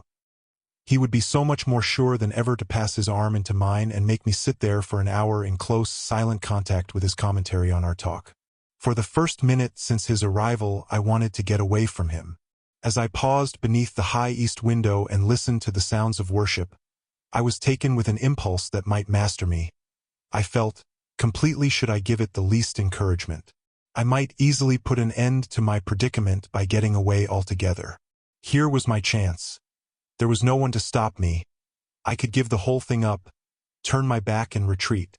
It was only a question of hurrying again, for a few preparations, to the house which the attendance at church of so many of the servants would practically have left unoccupied. No one, in short, could blame me if I should just drive desperately off. What was it to get away if I got away only till dinner? That would be in a couple of hours, at the end of which, I had the acute provision. My little pupils would play at innocent wonder about my non-appearance in their train. "What did you do, you naughty, bad thing? Why in the world, to worry us so? And take our thoughts off, too, don't you know? Did you desert us at the very door?" I couldn't meet such questions nor, as they asked them, their false little lovely eyes. Yet it was also exactly what I should have to meet that, as the prospect grew sharp to me, I at last let myself go. I got, so far as the immediate moment was concerned, away. I came straight out of the churchyard and, thinking hard, retraced my steps through the park. It seemed to me that by the time I reached the house I had made up my mind I would fly. The Sunday stillness both of the approaches and of the interior, in which I met no one, fairly excited me with a sense of opportunity. Were I to get off quickly this way I should get off without a scene, without a word. My quickness would have to be remarkable, however, and the question of a conveyance was the great one to settle. Tormented, in the hall with difficulties and obstacles, I remember sinking down at the foot of the staircase, suddenly collapsing there on the lowest step and then, with a revulsion, recalling that it was exactly where more than a month before, in the darkness of night and just so bowed with evil things, I had seen the specter of the most horrible of women. At this I was able to straighten myself. I went the rest of the way up. I made, in my bewilderment, for the schoolroom, where there were objects belonging to me that I should have to take. But I opened the door to find again, in a flash, my eyes unsealed. In the presence of what I saw I reeled straight back upon my resistance. Seated at my own table in clear noonday light, I saw a person whom, without my previous experience, I should have taken at the first blush for some housemaid who might have stayed at home to look after the place and who, availing herself of rare relief from observation and of the schoolroom table and my pens, ink and paper, had applied herself to the considerable effort of a letter to her sweetheart. There was an effort in the way that, while her arms rested on the table, her hands with evident weariness supported her head. But at the moment I took this in, I had already become aware that, in spite of my entrance, her attitude strangely persisted. Then it was, with the very act of its announcing itself, that her identity flared up in a change of posture. She rose, not as if she had heard me, but with an indescribable grand melancholy of indifference and detachment, and, within a dozen feet of me, stood there as my vile predecessor. Dishonored and tragic, she was all before me. But even as I fixed and, for memory, secured it, the awful image passed away. Dark as midnight in her black dress, her haggard beauty and her unutterable woe, she had looked at me long enough to appear to say that her right to sit at my table was as good as mine to sit at hers. While these instants lasted, indeed, I had the extraordinary chill of feeling that it was I who was the intruder. It was as a wild protest against it that, actually addressing her, "You terrible, miserable woman," I heard myself break into a sound that, by the open door, rang through the long passage and the empty house. She looked at me as if she heard me, but I had recovered myself and cleared the air. There was nothing in the room the next minute but the sunshine and a sense that I must stay. Chapter 16. I had so perfectly expected that the return of my pupils would be marked by a demonstration that I was freshly upset at having to take into account that they were dumb about my absence. Instead of gaily denouncing and caressing me, they made no allusion to my having failed them, and I was left, for the time, on perceiving that she too said nothing, to study Mrs. Grose's odd face. I did this to such purpose that I made sure they had in some way bribed her to silence. A silence that, however, I would engage to break down on the first private opportunity. This opportunity came before tea. I secured 5 minutes with her in the housekeeper's room, where, in the twilight, amid a smell of lately baked bread, but with the place all swept and garnished, I found her sitting in pained placidity before the fire. So I see her still, so I see her best, facing the flame from her straight chair in the dusky, shining room, a large, clean image of the put away, of drawers closed and locked and rest without a remedy. Oh yes, they asked me to say nothing, and to please them, so long as they were there, of course I promised. But what had happened to you? I only went with you for the walk, I said. I had then to come back to meet a friend. She showed her surprise. A friend, you? Oh yes, I have a couple. I laughed. But did the children give you a reason for not alluding to your leaving us? Yes, they said you would like it better. Do you like it better? My face had made her rueful. No, I like it worse. But after an instant I added, did they say why I should like it better? No, Master Miles only said, we must do nothing but what she likes. I wish indeed he would. And what did Flora say? Miss Flora was too sweet. She said, oh, of course, of course. And I said the same. I thought a moment. You were too sweet, too. I can hear you all. But nonetheless, between Miles and me, it's now all out. All out. My companion stared. But what, miss? Everything. It doesn't matter. I've made up my mind. I came home, my dear, I went on, for a talk with Miss Jessel. I had by this time formed the habit of having Mrs. Grose literally well in hand in advance of my sounding that note, so that even now, as she bravely blinked under the signal of my word, I could keep her comparatively firm. A talk? Do you mean she spoke? It came to that. I found her, on my return, in the schoolroom. And what did she say? I can hear the good woman still, and the candor of her stupefaction. That she suffers the torments. It was this, of a truth, that made her, as she filled out my picture, gape. Do you mean, she faltered, of the lost, of the lost, of the damned? And that's why, to share them, I faltered myself with the horror of it. But my companion, with less imagination, kept me up. To share them? She wants Flora. Mrs. Grose might, as I gave it to her, fairly have fallen away from me had I not been prepared. I still held her there to show I was. As I've told you, however, it doesn't matter. Because you've made up your mind? But to what? To everything. And what do you call everything? Why, sending for their uncle. Oh, miss, in pity do, my friend broke out. Ah, but I will. I see it's the only way. What's out, as I told you, with Miles is that if he thinks I'm afraid to, and has ideas of what he gains by that, he shall see he's mistaken. Yes, yes. His uncle shall have it here from me on the spot, and before the boy himself, if necessary, that if I'm to be reproached with having done nothing again about more school. Yes, miss. My companion pressed me. Well, there's that awful reason. There were now clearly so many of these for my poor colleague that she was excusable for being vague. But, which?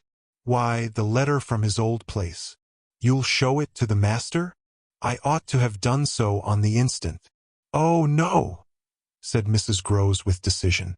I'll put it before him, I went on inexorably, that I can't undertake to work the question on behalf of a child who has been expelled. For we've never in the least known what, Mrs. Groves declared. For wickedness. For what else? When he's so clever and beautiful and perfect. Is he stupid? Is he untidy? Is he infirm? Is he ill-natured? He's exquisite, so it can be only that, and that would open up the whole thing. After all, I said, it's their uncle's fault. If he left here such people. He didn't really in the least know them. The fault's mine. She had turned quite pale. Well, you shan't suffer, I answered. The children shan't, she emphatically returned.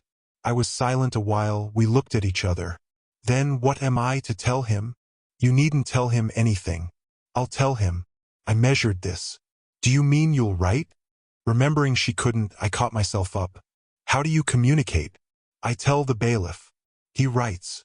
And should you like him to write our story? My question had a sarcastic force that I had not fully intended, and it made her, after a moment, inconsequently break down. The tears were again in her eyes. Ah, miss, you write. Well, tonight, I at last answered, and on this we separated. Chapter 17. I went so far in the evening as to make a beginning. The weather had changed back, a great wind was abroad, and beneath the lamp in my room, with Flora at peace beside me, I sat for a long time before a blank sheet of paper and listened to the lash of the rain and the batter of the gusts. Finally I went out, taking a candle. I crossed the passage and listened a minute at Miles's door. What, under my endless obsession, I had been impelled to listen for was some betrayal of his not being at rest, and I presently caught one, but not in the form I had expected. His voice tinkled out. I say, you there. Come in. It was a gaiety in the gloom. I went in with my light and found him, in bed, very wide awake, but very much at his ease. Well, what are you up to? He asked with a grace of sociability in which it occurred to me that Mrs. Groves, had she been present, might have looked in vain for proof that anything was out. I stood over him with my candle. How did you know I was there? Why, of course I heard you. Did you fancy you made no noise? You're like a troop of cavalry. He beautifully laughed. Then you weren't asleep? Not much. I lie awake and think. I had put my candle, designedly, a short way off, and then, as he held out his friendly old hand to me, had sat down on the edge of his bed. What is it? I asked. That you think of? What in the world, my dear? But you. Ah, the pride I take in your appreciation doesn't insist on that. I had so far rather you slept. Well, I think also, of this queer business of ours. I marked the coolness of his firm little hand. Of what queer business, Miles? Why, the way you bring me up. And all the rest. I fairly held my breath a minute, and even from my glimmering taper there was light enough to show how he smiled up at me from his pillow. What do you mean by all the rest? Oh, you know. I could say nothing for a minute, though I felt, as I held his hand and our eyes continued to meet, that my silence had all the air of admitting his charge, and that nothing in the whole world of reality was perhaps at that moment so fabulous as our actual relation. Certainly you shall go back to school, I said. If it be that troubles you. But not to the old place, we must find another, a better. How could I know it did trouble you? this question, when you never told me so, never spoke of it at all? His clear, listening face, framed in its smooth whiteness, made him for the minute as appealing as some wistful patient in a children's hospital, and I would have given, as the resemblance came to me, all I possessed on earth really to be the nurse or the sister of charity who might have helped to cure him. Well, even as it was, I perhaps might help. Do you know you've never said a word to me about your school? I mean the old one? Never mentioned it in any way? He seemed to wonder. He smiled with the same loveliness. But he clearly gained time. He waited, he called for guidance. Haven't I? It wasn't for me to help him. It was for the thing I had met. Something in his tone and the expression of his face, as I got this from him, set my heart aching with such a pang as it had never yet known. So unutterably touching was it to see his little brain puzzled and his little resources taxed to play, under the spell laid on him, a part of innocence and consistency. No, never, from the hour you came back. You've never mentioned to me one of your masters, one of your comrades, nor the least little thing that ever happened to you at school. Never, little Miles, no, never, have you given me an inkling of anything that may have happened there. Therefore you can fancy how much I'm in the dark.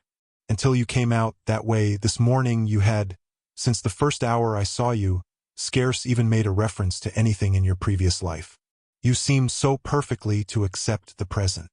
It was extraordinary how my absolute conviction of his secret precocity, or whatever I might call the poison of an influence that I dared but half to phrase, made him, in spite of the faint breath of his inward trouble, appear as accessible as an older person, imposed him almost as an intellectual equal.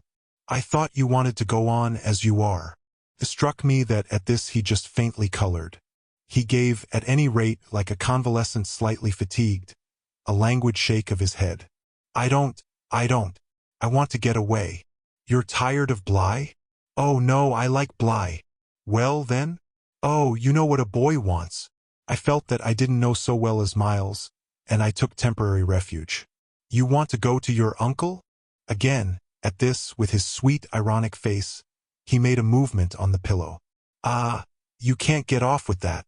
I was silent a little, and it was I, now I think, who changed color. My dear, I don't want to get off. You can't, even if you do. You can't.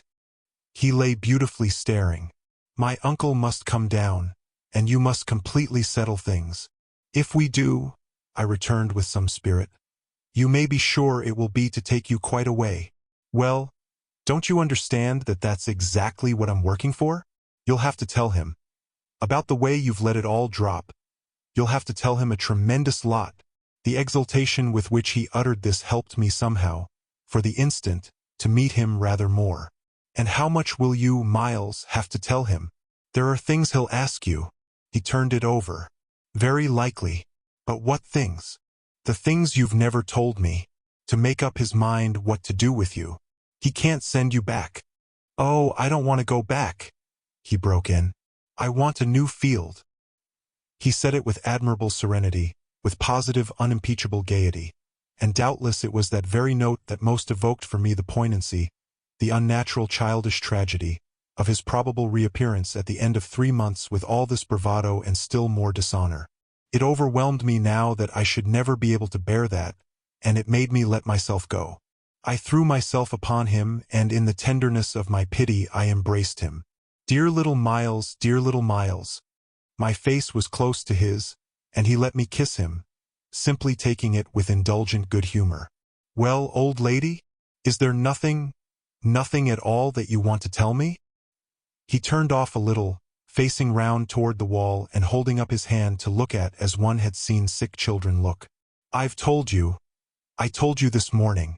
Oh, I was sorry for him. That you just want me not to worry you? He looked round at me now, as if in recognition of my understanding him. Then ever so gently, to let me alone, he replied. There was even a singular little dignity in it, something that made me release him, yet, when I had slowly risen, linger beside him. God knows I never wished to harass him, but I felt that merely, at this, to turn my back on him was to abandon or, to put it more truly, to lose him. I've just begun a letter to your uncle, I said. Well, then, finish it. I waited a minute. What happened before? He gazed up at me again. Before what? Before you came back. And before you went away. For some time he was silent, but he continued to meet my eyes. What happened? It made me, the sound of the words, in which it seemed to me that I caught for the very first time a small faint quaver of consenting consciousness. It made me drop on my knees beside the bed and seize once more the chance of possessing him. Dear little Miles, if you knew how I want to help you. It's only that, it's nothing but that, and I'd rather die than give you a pain or do you a wrong. I'd rather die than hurt a hair of you. Dear little Miles. Oh, I brought it out now, even if I should go too far. I just want you to help me to save you. But I knew in a moment after this that I had gone too far. The answer to my appeal was instantaneous, but it came in the form of an extraordinary blast and chill, a gust of frozen air, and a shake of the room as great as if, in the wild wind, the casement had crashed in. The boy gave a loud, high shriek, which, lost in the rest of the shock of sound, might have seemed indistinctly, though I was so close to him, a note either of jubilation or of terror. I jumped to my feet again and was conscious of darkness. So for a moment we remained, while I stared about me and saw that the drawn curtains were unstirred and the window tight. Why? The candle's out, I then cried. It was I who blew it, dear, said Miles. Chapter 18. The next day, after lessons, Mrs. Groves found a moment to say to me quietly, "Have you written, miss?" "Yes, I've written." But I didn't add, for the hour, that my letter, sealed and directed, was still in my pocket. There would be time enough to send it before the messenger should go to the village. Meanwhile there had been, on the part of my pupils, no more brilliant, more exemplary morning. It was exactly as if they had both had at heart to gloss over any recent little friction. They performed the dizziest feats of arithmetic, soaring quite out of my feeble range, and perpetrated, in higher spirits than ever, geographical and historical jokes. It was conspicuous of course in Miles in particular that he appeared to wish to show how easily he could let me down. This child, to my memory, really lives in a setting of beauty and misery that no words can translate. There was a distinction all his own in every impulse he revealed. Never was a small natural creature, to the uninitiated eye all frankness and freedom, a more ingenious, a more extraordinary little gentleman. I had perpetually to guard against the wonder of contemplation into which my initiated view betrayed me, to check the irrelevant gaze and discouraged sigh in which I constantly both attacked and renounced the enigma of what such a little gentleman could have done that deserved a penalty. Say that, by the dark prodigy I knew, the imagination of all evil had been opened up to him. All the justice within me ached for the proof that it could ever have flowered into an act. He had never, at any rate, been such a little gentleman as when, after our early dinner on this dreadful day, he came round to me and asked if I shouldn't like him, for half an hour, to play to me. David playing to Saul could never have shown a finer sense of the occasion. It was literally a charming exhibition of tact, of magnanimity, and quite tantamount to his saying outright, "The true knights we love to read about never push an advantage too far. I know what you mean now. You mean that, to be let alone yourself and not followed up, you'll cease to worry and spy upon me, won't keep me so close to you, will let me go and come. Well, I come, you see. But I don't go. There'll be plenty of time for that. I do really delight in your society, and I only want to show you that I contended for a principle." It may be imagined whether I resisted this appeal or failed to accompany him again, hand in hand, to the schoolroom. He sat down at the old piano and played as he had never played, and if there are those who think he had better have been kicking a football, I can only say that I wholly agree with them. For at the end of a time that under his influence I had quite ceased to measure, I started up with a strange sense of having literally slept at my post. It was after luncheon, and by the schoolroom fire, and yet I hadn't really in the least slept. I had only done something much worse, I had forgotten. Where, all this time, was Flora? When I put the question to Miles, he played on a minute before answering, and then could only say, "Why, my dear, how do I know?" breaking moreover into a happy laugh which, immediately after, as if it were a vocal accompaniment, he prolonged into incoherent, extravagant song. I went straight to my room, but his sister was not there. Then, before going downstairs, I looked into several others. As she was nowhere about, she would surely be with Mrs. Groves, whom, in the comfort of that theory, I accordingly proceeded in quest of. I found her where I had found her the evening before, but she met my quick challenge with blank, scared ignorance. She had only supposed that, after the repast, I had carried off both the children, as to which she was quite in her right, for it was the very first time I had allowed the little girl out of my sight without some special provision. Of course now indeed she might be with the maids, so that the immediate thing was to look for her without an air of alarm. This we promptly arranged between us, but when, 10 minutes later and in pursuance of our arrangement, we met in the hall, it was only to report on either side that after guarded inquiries we had altogether failed to trace her. For a minute there, apart from observation, we exchanged mute alarms, and I could feel with what high interest my friend returned me all those I had from the first given her. "She'll be above," she presently said. "In one of the rooms you haven't searched." "No, she's at a distance. I had made up my mind. She has gone out." Mrs. Groves stared. "Without a hat?" I naturally also looked volumes. "Isn't that woman always without one?" "She's with her. She's with her," I declared. "We must find them." My hand was on my friend's arm, but she failed for the moment, confronted with such an account of the matter, to respond to my pressure. She communed, on the contrary, on the spot, with her uneasiness. "And where's Master Miles?" "Oh, he's with Quint. They're in the schoolroom." "Lord, miss." My view, I was myself aware, and therefore I suppose my tone, had never yet reached so calm an assurance.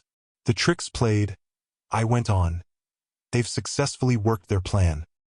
He found the most divine little way to keep me quiet while she went off." "Divine?" Mrs. Groves bewilderedly echoed. "Infernal, then," I almost cheerfully rejoined. "He has provided for himself as well. But come." She had helplessly gloomed at the upper regions. "You leave him? So long with Quint?" "Yes, I don't mind that now." She always ended, at these moments, by getting possession of my hand, and in this manner she could at present still stay me. But after gasping an instant at my sudden resignation, "Because of your letter?" she eagerly brought out. I quickly, by way of answer, felt for my letter, drew it forth, held it up, and then, freeing myself, went and laid it on the great hall table. "Luke will take it," I said as I came back. I reached the house door and opened it. I was already on the steps. My companion still demurred. The storm of the night and the early morning had dropped, but the afternoon was damp and gray. I came down to the drive while she stood in the doorway. "You go with nothing on?" "What do I care when the child has nothing? I can't wait to dress," I cried. "And if you must do so, I leave you. Try meanwhile yourself upstairs." "With them?" Oh, on this, the poor woman promptly joined me. Chapter 19.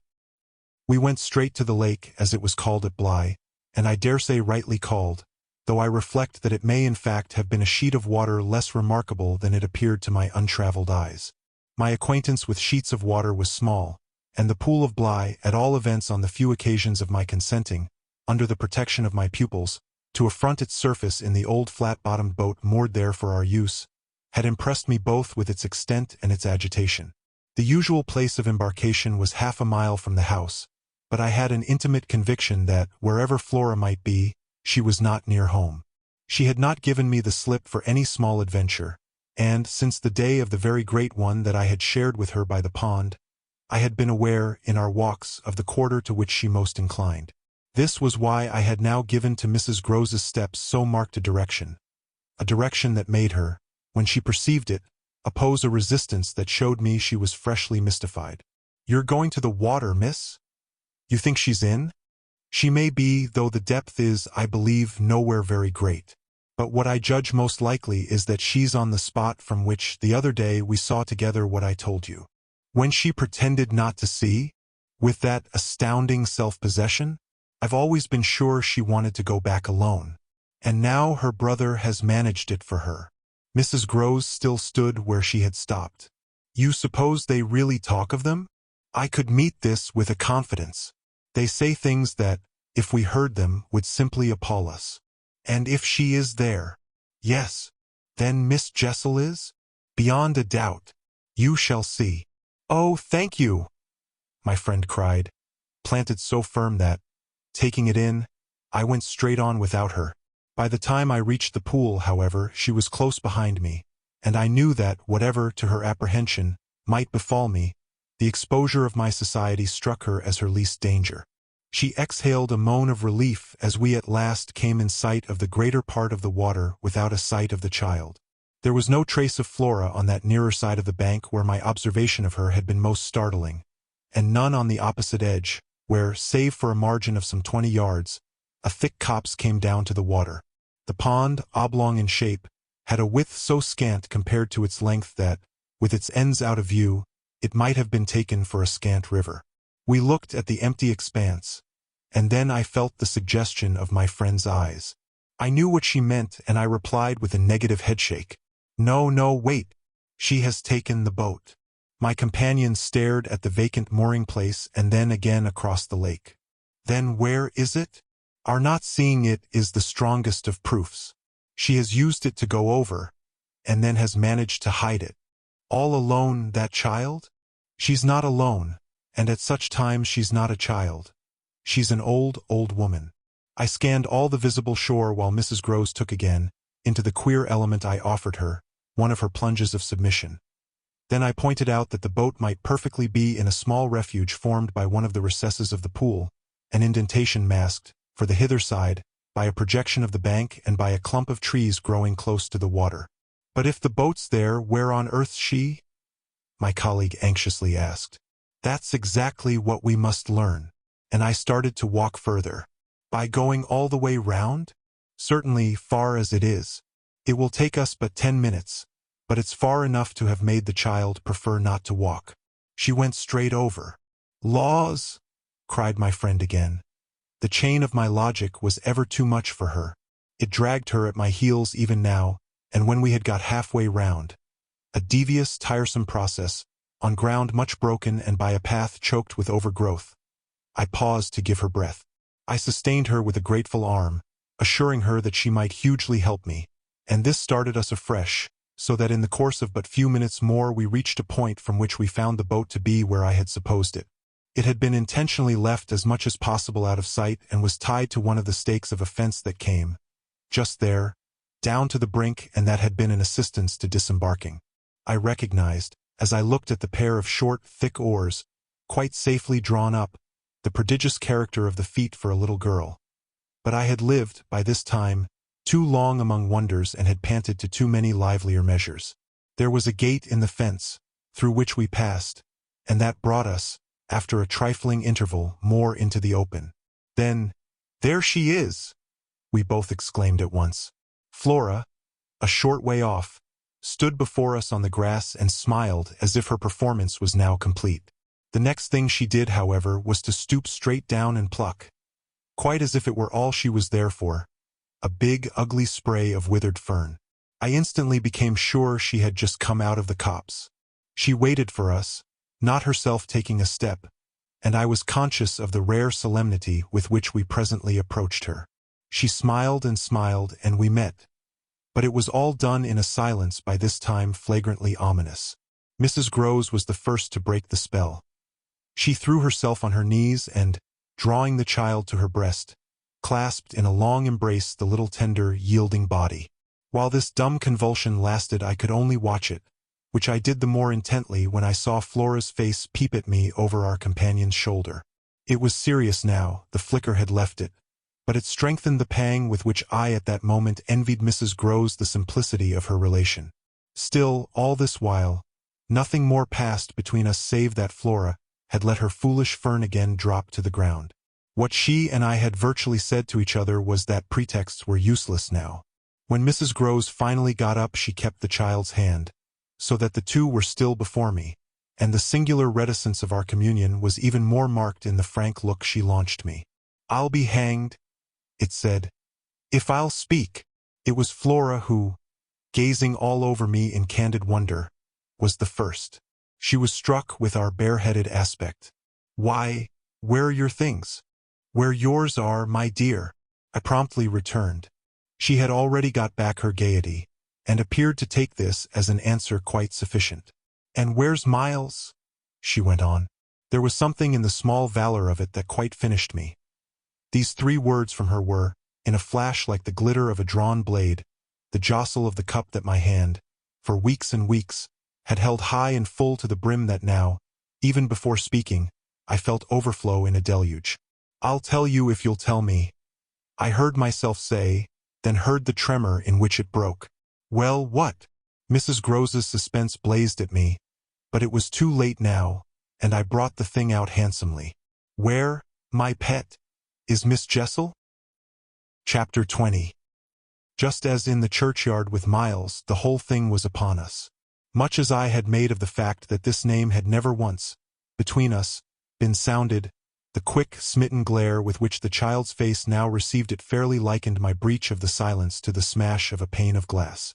It added to the interposing cry, as if to stay the blow, that Mrs. Grose at the same instant uttered over my violence.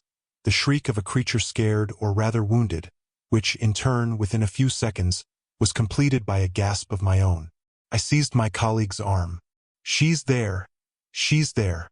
Miss Jessel stood before us on the opposite bank exactly as she had stood the other time, and I remember, strangely, as the first feeling now produced in me, my thrill of joy at having brought on a proof.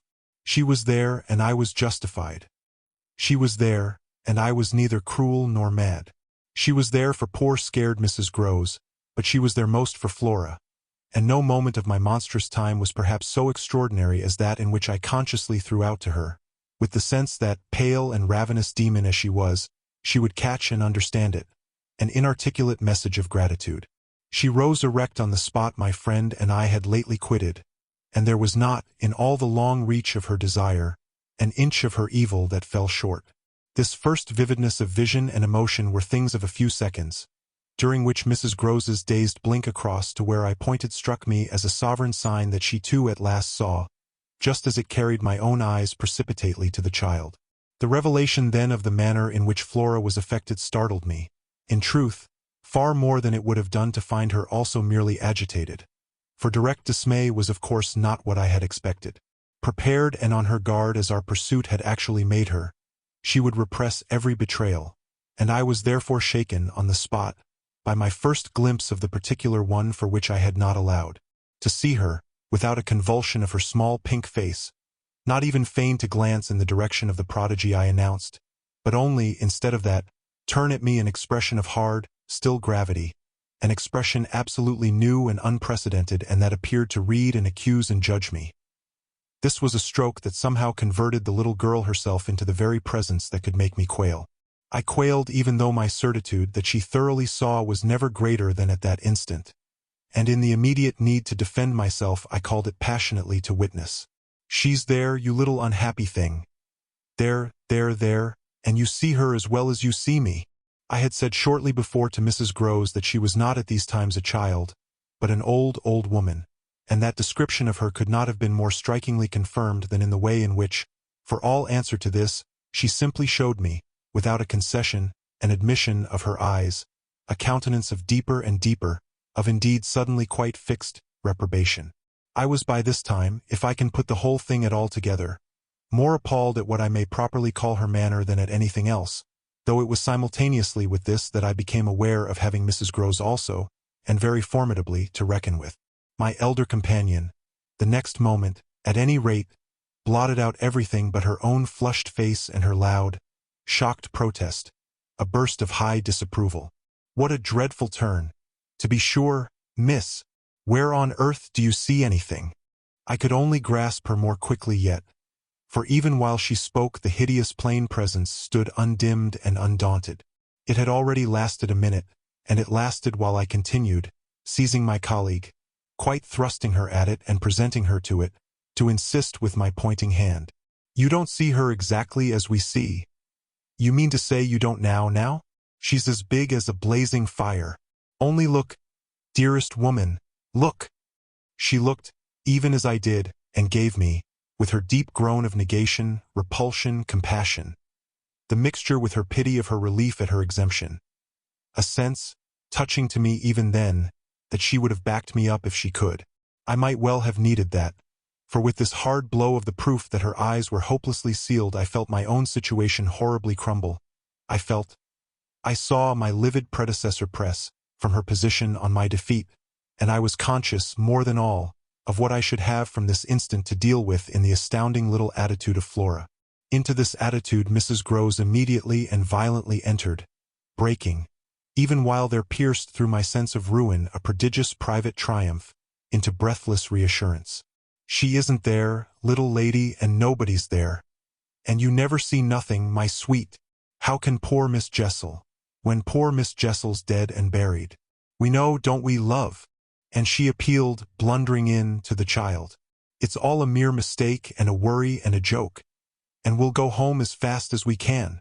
Our companion, on this, had responded with a strange, quick primness of propriety, and they were again, with Mrs. Groves on her feet, united, as it were, in pained opposition to me.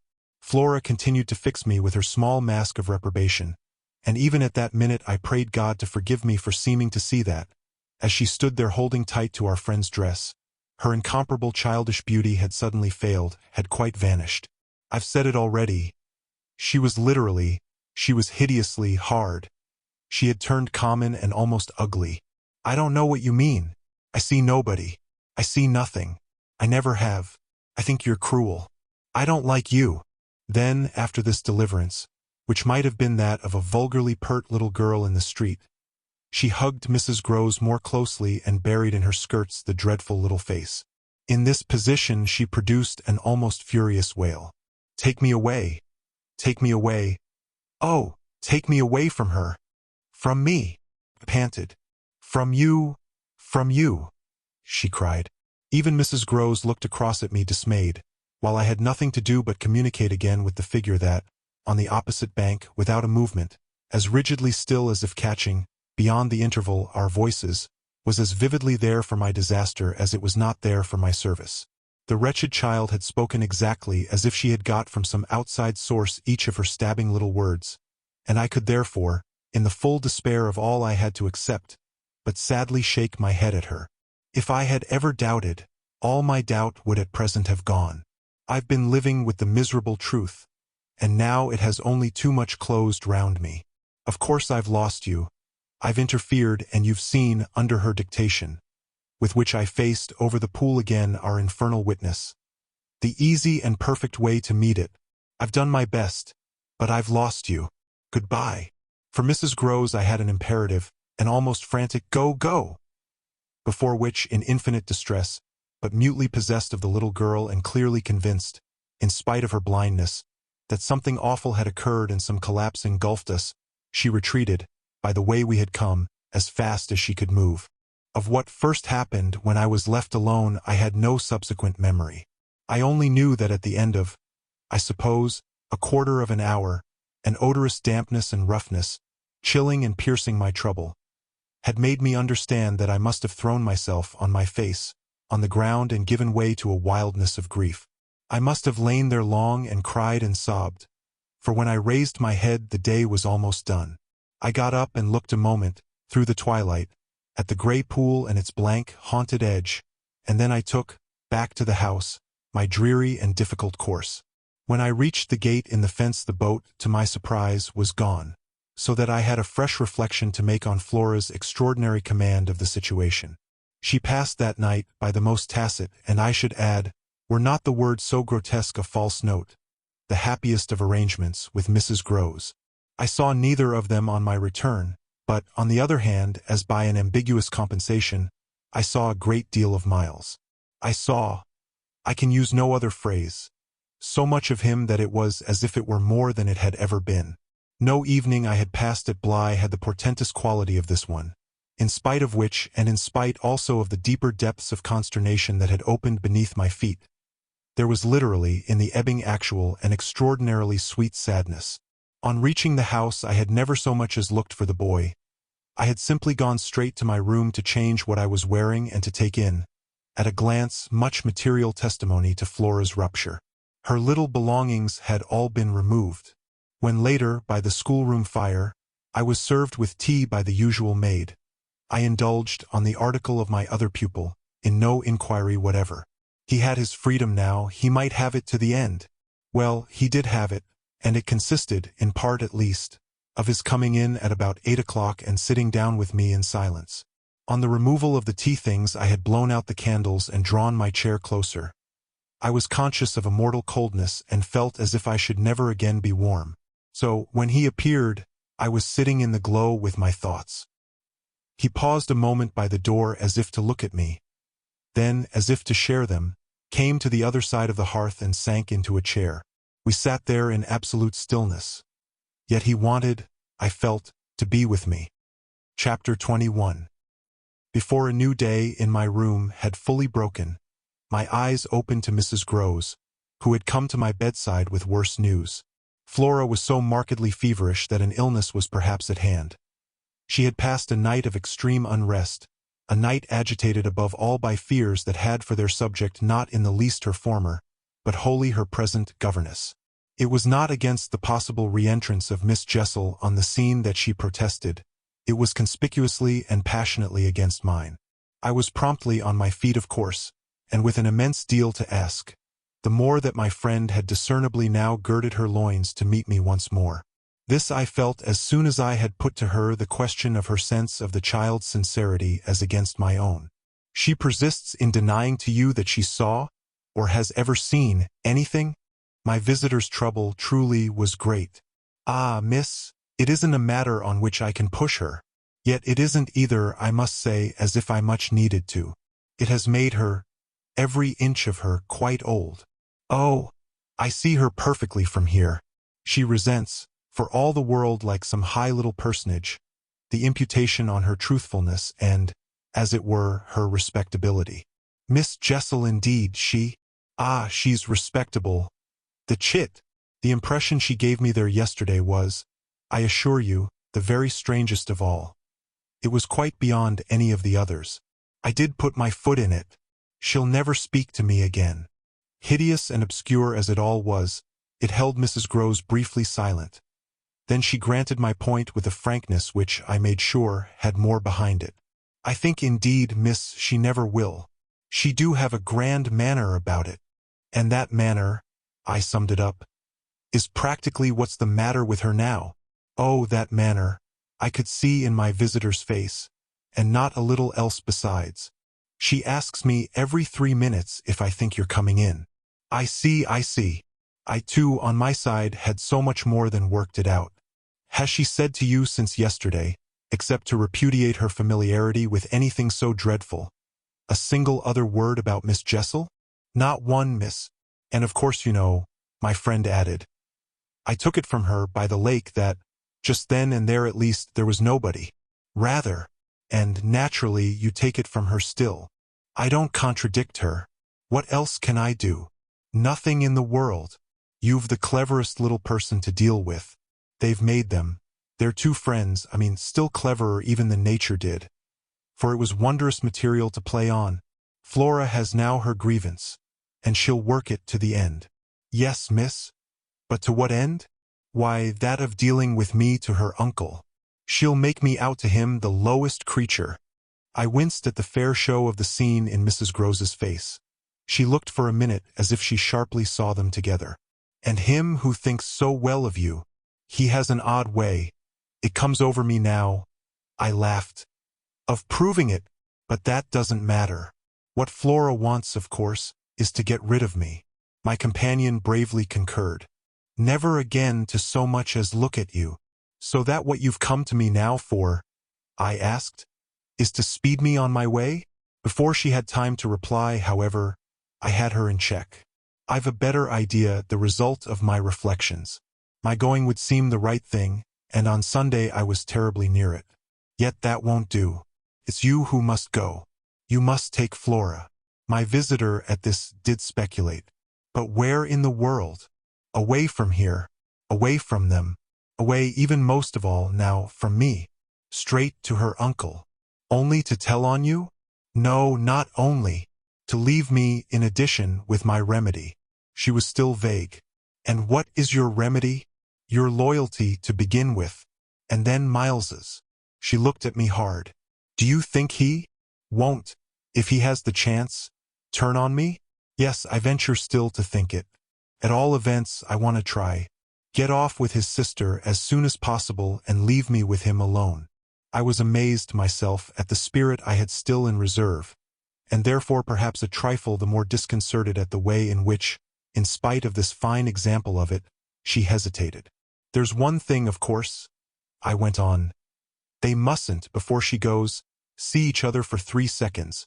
Then it came over me that, in spite of Flora's presumable sequestration from the instant of her return from the pool, it might already be too late. "Do you mean," I anxiously asked, "that they have met?" At this she quite flushed. "Ah, miss, I'm not such a fool as that. If I've been obliged to leave her 3 or 4 times, it has been each time with one of the maids. And at present, though she's alone, she's locked in safe. And yet, there were too many things." "And yet what?" "Well, are you so sure of the little gentleman?" "I'm not sure of anything but you. But I have, since last evening, a new hope. I think he wants to give me an opening. I do believe that, poor little exquisite wretch, he wants to speak. Last evening, in the firelight and the silence, he sat with me for 2 hours as if it were just coming." Mrs. Groves looked hard, through the window, at the gray, gathering day. "And did it come?" "No, though I waited and waited. I confess it didn't, and it was without a breach of the silence or so much as a faint allusion to his sister's condition and absence that we at last kissed for good night. All the same," I continued, "I can't, if her uncle sees her, consent to his seeing her brother without my having given the boy, and most of all because things have got so bad, a little more time." My friend appeared on this ground more reluctant than I could quite understand. "What do you mean by more time?" "Well, a day or 2 really to bring it out. He'll then be on my side, of which you see the importance.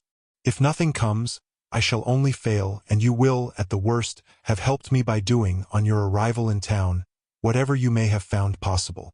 So I put it before her, but she continued for a little so inscrutably embarrassed that I came again to her aid.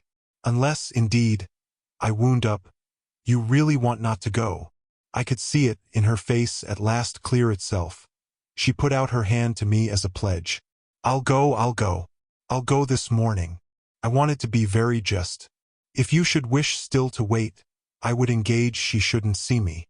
No, it's the place itself. She must leave it." She held me a moment with heavy eyes, then brought out the rest. "Your idea's the right one. I myself, miss, well, I can't stay." The look she gave me with it made me jump at possibilities. "You mean that, since yesterday, you have seen?" She shook her head with dignity. "I've heard, from that child, horrors. There," she sighed with tragic relief. "On my honor, miss, she says things." But at this evocation she broke down. She dropped, with a sudden sob, upon my sofa and, as I had seen her do before, gave way to all the grief of it. It was quite in another manner that I, for my part, let myself go. "Oh, thank God!" She sprang up again at this, drying her eyes with a groan. "Thank God? It so justifies me." "It does that, miss." I couldn't have desired more emphasis, but I just hesitated. "She's so horrible?" I saw my colleague scarce knew how to put it. "Really shocking. And about me?" "About you, miss, since you must have it. It's beyond everything, for a young lady. And I can't think wherever she must have picked up the appalling language she applied to me." "I can then." I broke in with a laugh that was doubtless significant enough. It only, in truth, left my friend still more grave. "Well, perhaps I ought to also, since I've heard some of it before. Yet I can't bear it." The poor woman went on while, with the same movement, she glanced on my dressing table at the face of my watch. "But I must go back." I kept her, however. "Ah, if you can't bear it, how can I stop with her?" "You mean, why, just for that, to get her away." "Far from this," she pursued. "Far from them. She may be different. She may be free." I seized her almost with joy. "Then, in spite of yesterday, you believe in such doings?" Her simple description of them required, in the light of her expression, to be carried no further, and she gave me the whole thing as she had never done. "I believe." Yes, it was a joy, and we were still shoulder to shoulder. If I might continue sure of that, I should care but little what else happened. My support in the presence of disaster would be the same as it had been in my early need of confidence, and if my friend would answer for my honesty, I would answer for all the rest. On the point of taking leave of her, nonetheless, I was to some extent embarrassed. There's one thing, of course, it occurs to me to remember.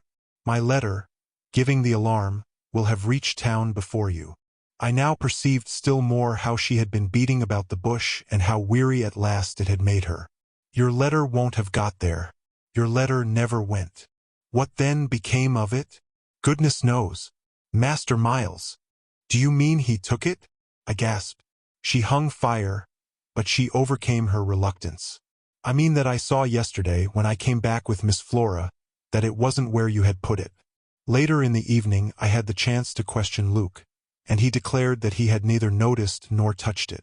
We could only exchange, on this, one of our deeper mutual soundings, and it was Mrs. Groves who first brought up the plum with an almost elated "You see. Yes, I see that if Miles took it instead he probably will have read it and destroyed it. And don't you see anything else?" I faced her a moment with a sad smile. "It strikes me that by this time your eyes are open even wider than mine." They proved to be so indeed, but she could still blush, almost to show it. "I make out now what he must have done at school." And she gave, in her simple sharpness, an almost droll, disillusioned nod. "He stole." I turned it over. I tried to be more judicial. "Well, perhaps." She looked as if she found me unexpectedly calm. "He stole letters." She couldn't know my reasons for a calmness after all pretty shallow, so I showed them off as I might. "I hope then it was to more purpose than in this case. The note, at any rate, that I put on the table yesterday," I pursued, "will have given him so scant an advantage, for it contained only the bare demand for an interview, that he is already much ashamed of having gone so far for so little, and that what he had on his mind last evening was precisely the need of confession. I seemed to myself, for the instant, to have mastered it, to see it all. Leave us, leave us." I was already at the door, hurrying her off. "I'll get it out of him. He'll meet me, he'll confess. If he confesses, he's saved. And if he's saved, then you are." The dear woman kissed me on this, and I took her farewell. "I'll save you without him," she cried as she went. Chapter 22. Yet it was when she had got off and I missed her on the spot, that the great pinch really came. If I had counted on what it would give me to find myself alone with Miles, I speedily perceived, at least, that it would give me a measure. No hour of my stay, in fact, was so assailed with apprehensions as that of my coming down to learn that the carriage containing Mrs. Groves and my younger pupil had already rolled out of the gates.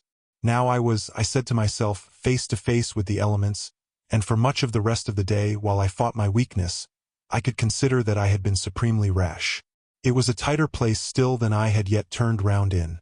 All the more that, for the first time, I could see in the aspect of others a confused reflection of the crisis. What had happened naturally caused them all to stare. There was too little of the explained, throw out whatever we might, in the suddenness of my colleague's act. The maids and the men looked blank, the effect of which on my nerves was an aggravation until I saw the necessity of making it a positive aid. It was precisely, in short, by just clutching the helm that I avoided total wreck. And I dare say that, to bear up at all, I became, that morning, very grand and very dry. I welcomed the consciousness that I was charged with much to do, and I caused it to be known as well that, left thus to myself, I was quite remarkably firm. I wandered with that manner, for the next hour or two, all over the place and looked, I have no doubt, as if I were ready for any onset. So, for the benefit of whom it might concern, I paraded with a sick heart. The person it appeared least to concern proved to be, till dinner, little Miles himself. My perambulations had given me, meanwhile, no glimpse of him, but they had tended to make more public the change taking place in our relation as a consequence of his having at the piano, the day before, kept me, in Flora's interest, so beguiled and befooled. The stamp of publicity had of course been fully given by her confinement and departure, and the change itself was now ushered in by our non-observance of the regular custom of the schoolroom. He had already disappeared when, on my way down, I pushed open his door, and I learned below that he had breakfasted, in the presence of a couple of the maids, with Mrs. Groves and his sister. He had then gone out, as he said, for a stroll. than which nothing, I reflected, could better have expressed his frank view of the abrupt transformation of my office. What he would not permit this office to consist of was yet to be settled. There was a queer relief at all events, I mean for myself in especial, in the renouncement of one pretension. If so much had sprung to the surface, I scarce put it too strongly in saying that what had perhaps sprung highest was the absurdity of our prolonging the fiction that I had anything more to teach him. It sufficiently stuck out that, by tacit little tricks in which even more than myself he carried out the care for my dignity, I had had to appeal to him to let me off straining to meet him on the ground of his true capacity. He had at any rate his freedom now. I was never to touch it again, as I had amply shown, moreover, when, on his joining me in the schoolroom the previous night, I had uttered, on the subject of the interval just concluded, neither challenge nor hint. I had too much, from this moment, my other ideas. Yet when he at last arrived, the difficulty of applying them, the accumulations of my problem, were brought straight home to me by the beautiful little presence on which what had occurred had as yet, for the eye, dropped neither stain nor shadow. To mark, for the house, the high state I cultivated, I decreed that my meals with the boy should be served, as we called it, downstairs, so that I had been awaiting him in the ponderous pomp of the room outside of the window of which I had had from Mrs. Groves, that first scared Sunday, my flash of something it would scarce have done to call light. Here at present I felt afresh, for I had felt it again and again, how my equilibrium depended on the success of my rigid will, the will to shut my eyes as tight as possible to the truth that what I had to deal with was, revoltingly, against nature. I could only get on at all by taking nature into my confidence and my account, by treating my monstrous ordeal as a push in a direction unusual, of course, and unpleasant, but demanding, after all, for a fair front, only another turn of the screw of ordinary human virtue. No attempt, none the less, could well require more tact than just this attempt to supply oneself all the nature. How could I put even a little of that article into a suppression of reference to what had occurred? How, on the other hand, could I make reference without a new plunge into the hideous obscure? Well, a sort of answer, after a time, had come to me, and it was so far confirmed as that I was met, incontestably, by the quickened vision of what was rare in my little companion. It was indeed as if he had found even now, as he had so often found at lessons, still some other delicate way to ease me off. Wasn't there light in the fact which, as we shared our solitude, broke out with a specious glitter it had never yet quite worn? The fact that, opportunity aiding precious opportunity which had now come, it would be preposterous, with a child so endowed, to forego the help one might wrest from absolute intelligence? What had his intelligence been given him for but to save him? Mightn't one, to reach his mind, risk the stretch of an angular arm over his character? It was as if, when we were face to face in the dining room, he had literally shown me the way. The roast mutton was on the table, and I had dispensed with attendance.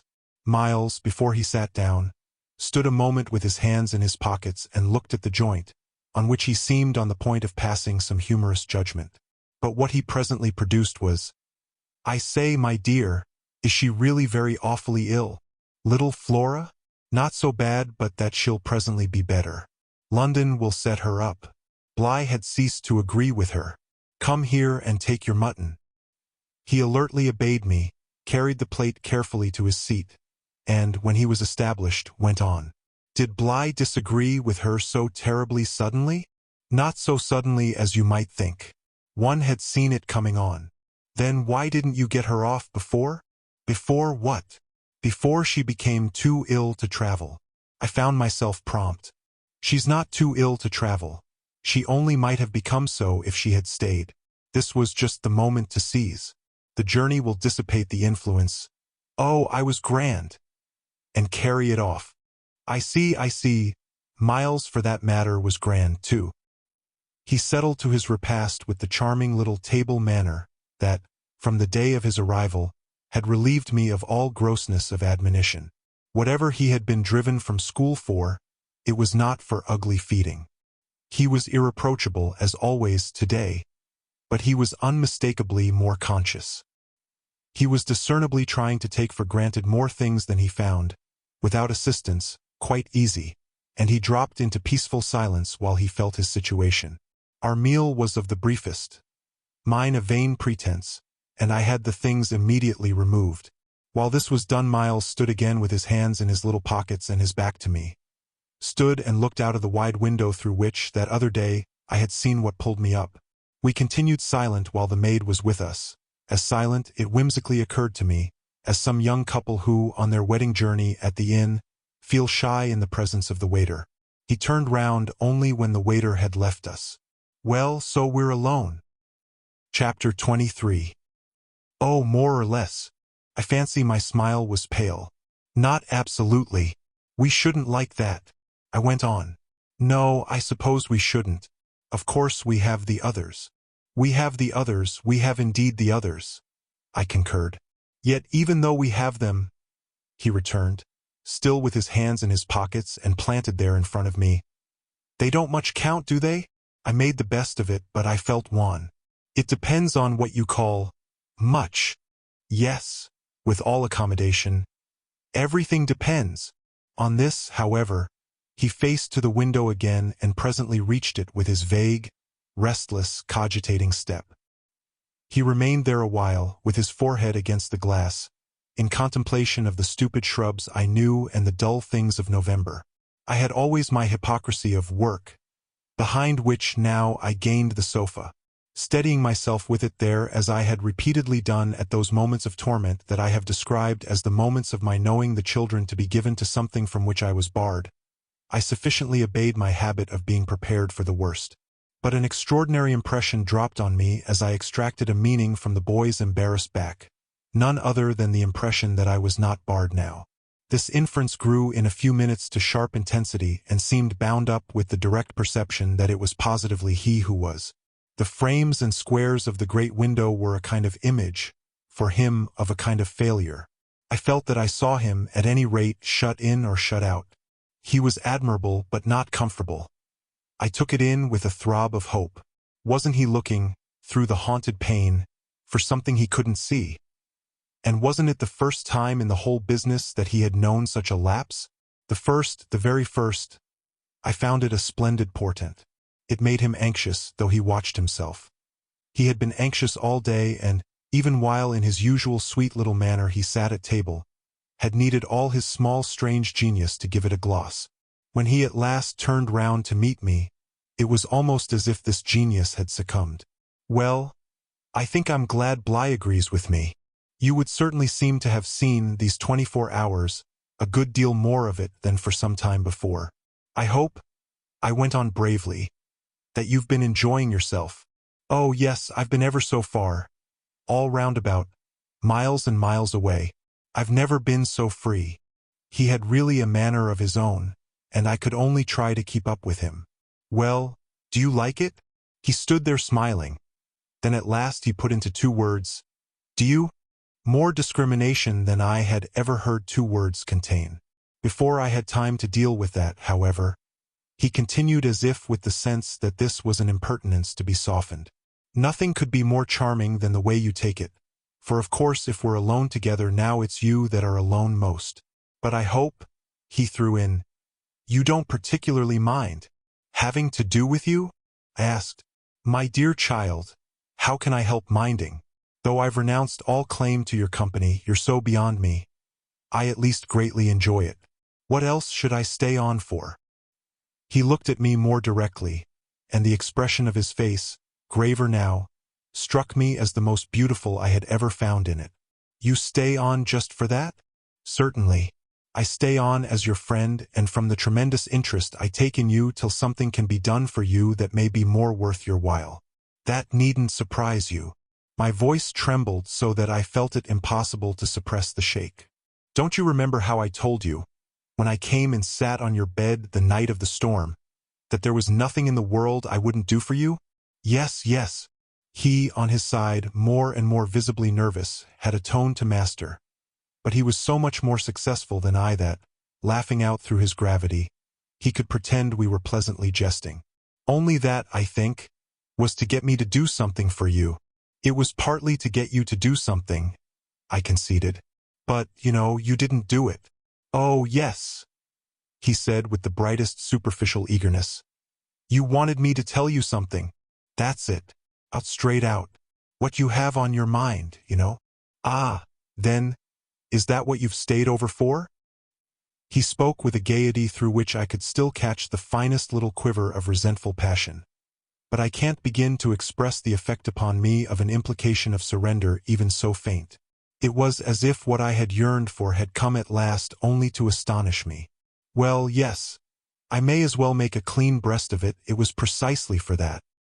He waited so long that I supposed it for the purpose of repudiating the assumption on which my action had been founded. But what he finally said was, "Do you mean now, here?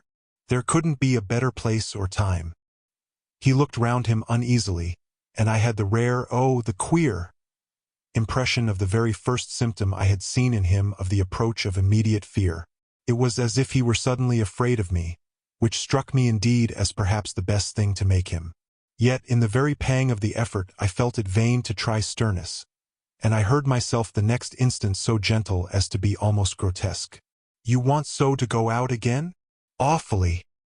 He smiled at me heroically, and the touching little bravery of it was enhanced by his actually flushing with pain.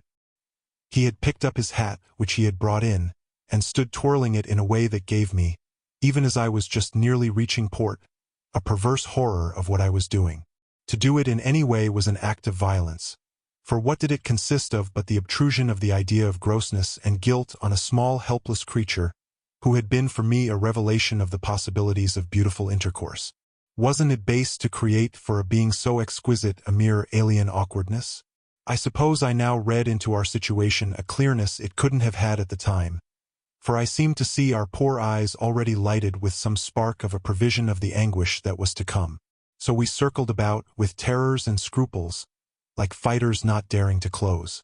But it was for each other we feared. That kept us a little longer suspended and unbruised. "I'll tell you everything," Miles said. I'll tell you anything you like. You'll stay on with me and we shall both be all right, and I will tell you I will. But not now."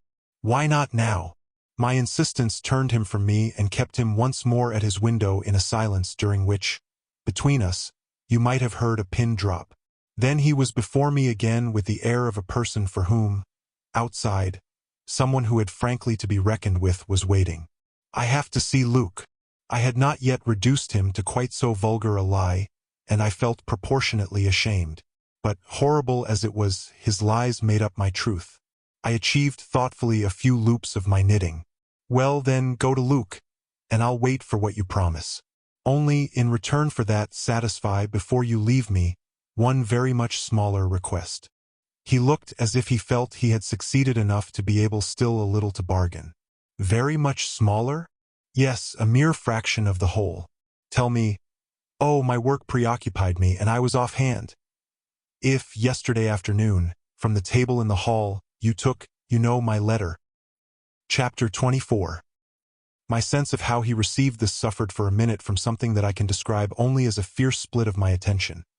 A stroke that at first, as I sprang straight up, reduced me to the mere blind movement of getting hold of him, drawing him close, and, while I just fell for support against the nearest piece of furniture, instinctively keeping him with his back to the window.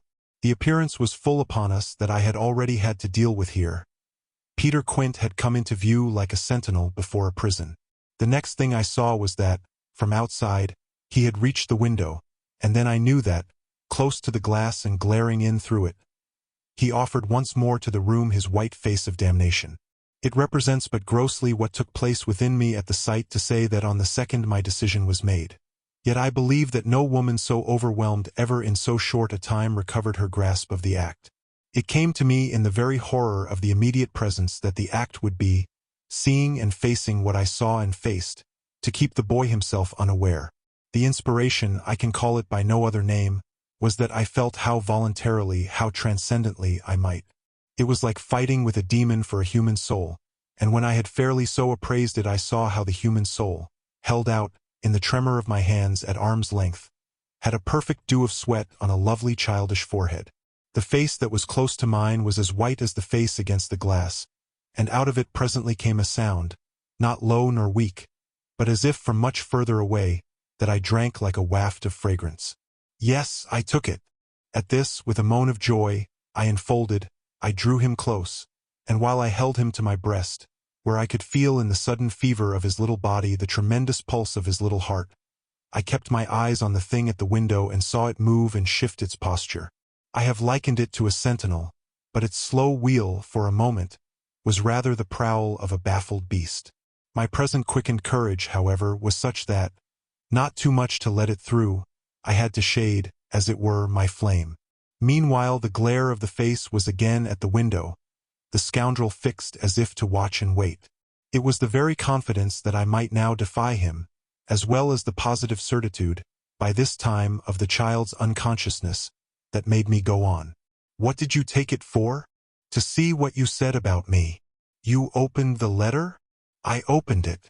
My eyes were now, as I held him off a little again, on Miles's own face, in which the collapse of mockery showed me how complete was the ravage of uneasiness. What was prodigious was that at last, by my success, his sense was sealed and his communication stopped. He knew that he was in presence, but knew not of what, and knew still less that I also was and that I did know. And what did this strain of trouble matter when my eyes went back to the window only to see that the air was clear again and, by my personal triumph, the influence quenched? There was nothing there. I felt that the cause was mine and that I should surely get all. And you found nothing. I let my elation out. He gave the most mournful, thoughtful little headshake. Nothing. Nothing, nothing. I almost shouted in my joy. Nothing, nothing, he sadly repeated. I kissed his forehead. It was drenched. So what have you done with it? I've burned it. Burned it. It was now or never. Is that what you did at school? Oh, what this brought up. At school. Did you take letters? Or other things? Other things? He appeared now to be thinking of something far off and that reached him only through the pressure of his anxiety. Yet it did reach him. Did I steal? I felt myself redden to the roots of my hair, as well as wonder if it were more strange to put to a gentleman such a question, or to see him take it with allowances that gave the very distance of his fall in the world. Was it for that you mightn't go back? The only thing he felt was rather a dreary little surprise. Did you know I mightn't go back? I know everything. He gave me at this the longest and strangest look. Everything. Everything. Therefore did you?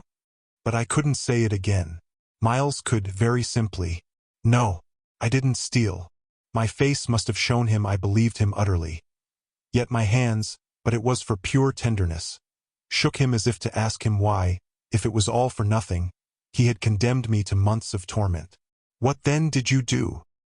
He looked in vague pain all round the top of the room and drew his breath, 2 or 3 times over, as if with difficulty.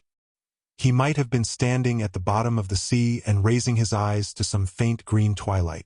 Well, I said things. Only that. They thought it was enough. To turn you out for?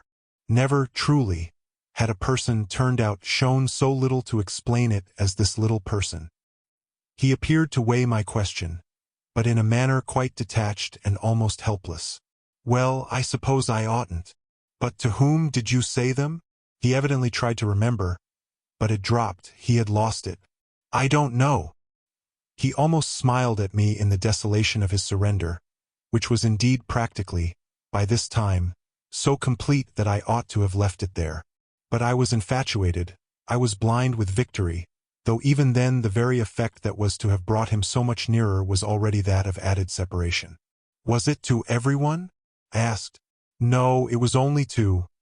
But he gave a sick little headshake. I don't remember their names. Were they then so many? No, only a few. Those I liked. Those he liked? I seemed to float not into clearness, but into a darker obscure, and within a minute there had come to me out of my very pity the appalling alarm of his being perhaps innocent. It was for the instant confounding and bottomless. For if he were innocent, what then on earth was I? Paralyzed, while it lasted, by the mere brush of the question, I let him go a little so that, with a deep-drawn sigh, he turned away from me again, which, as he faced toward the clear window, I suffered, feeling that I had nothing now there to keep him from. And did they repeat what you said? I went on after a moment. He was soon at some distance from me, still breathing hard and again with the air, though now without anger for it, of being confined against his will. Once more, as he had done before, He looked up at the dim day as if, of what had hitherto sustained him, nothing was left but an unspeakable anxiety. "Oh, yes," he nevertheless replied. "They must have repeated them. To those they liked," he added. There was, somehow, less of it than I had expected. But I turned it over. "And these things came round? To the masters?" "Oh, yes," he answered very simply. "But I didn't know they'd tell." "The masters? They've never told. That's why I ask you." He turned to me again, his little beautiful fevered face.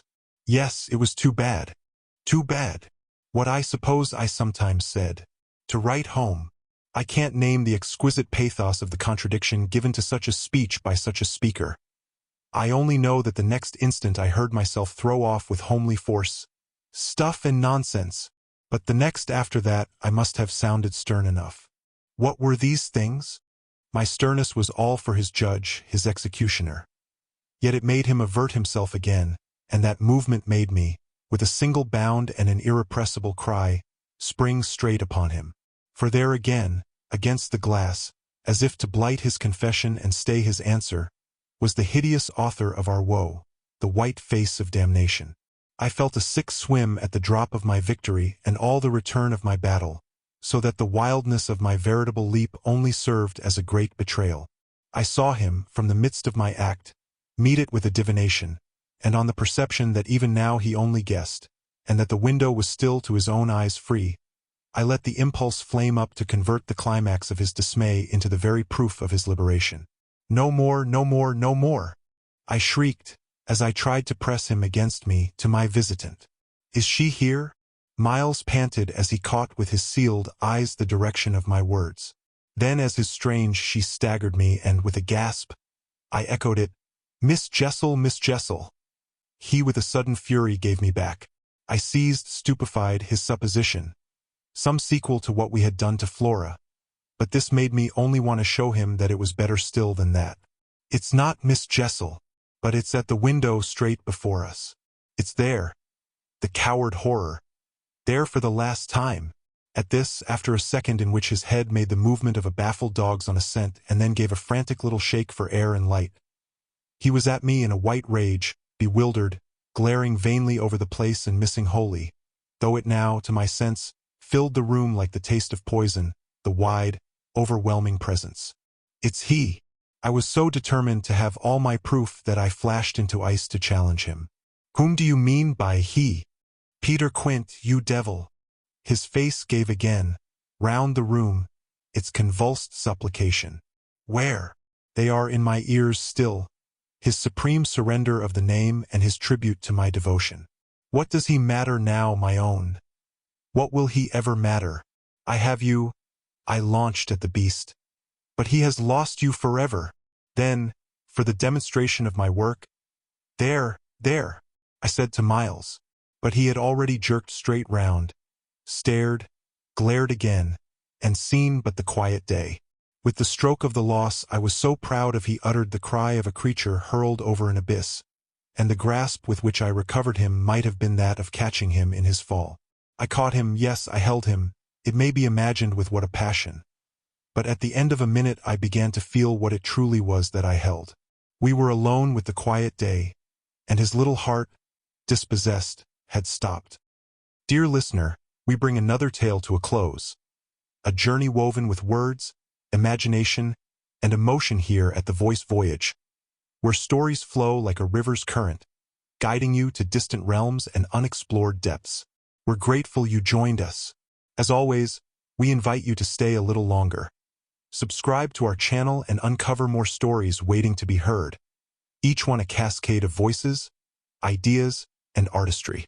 And remember, every great story begins with a single word. Perhaps the next one will begin with you. Until our voices meet again, may your days be filled with quiet moments, rich pages, and the gentle comfort of a well-told tale. This is the Voice Voyage, signing off.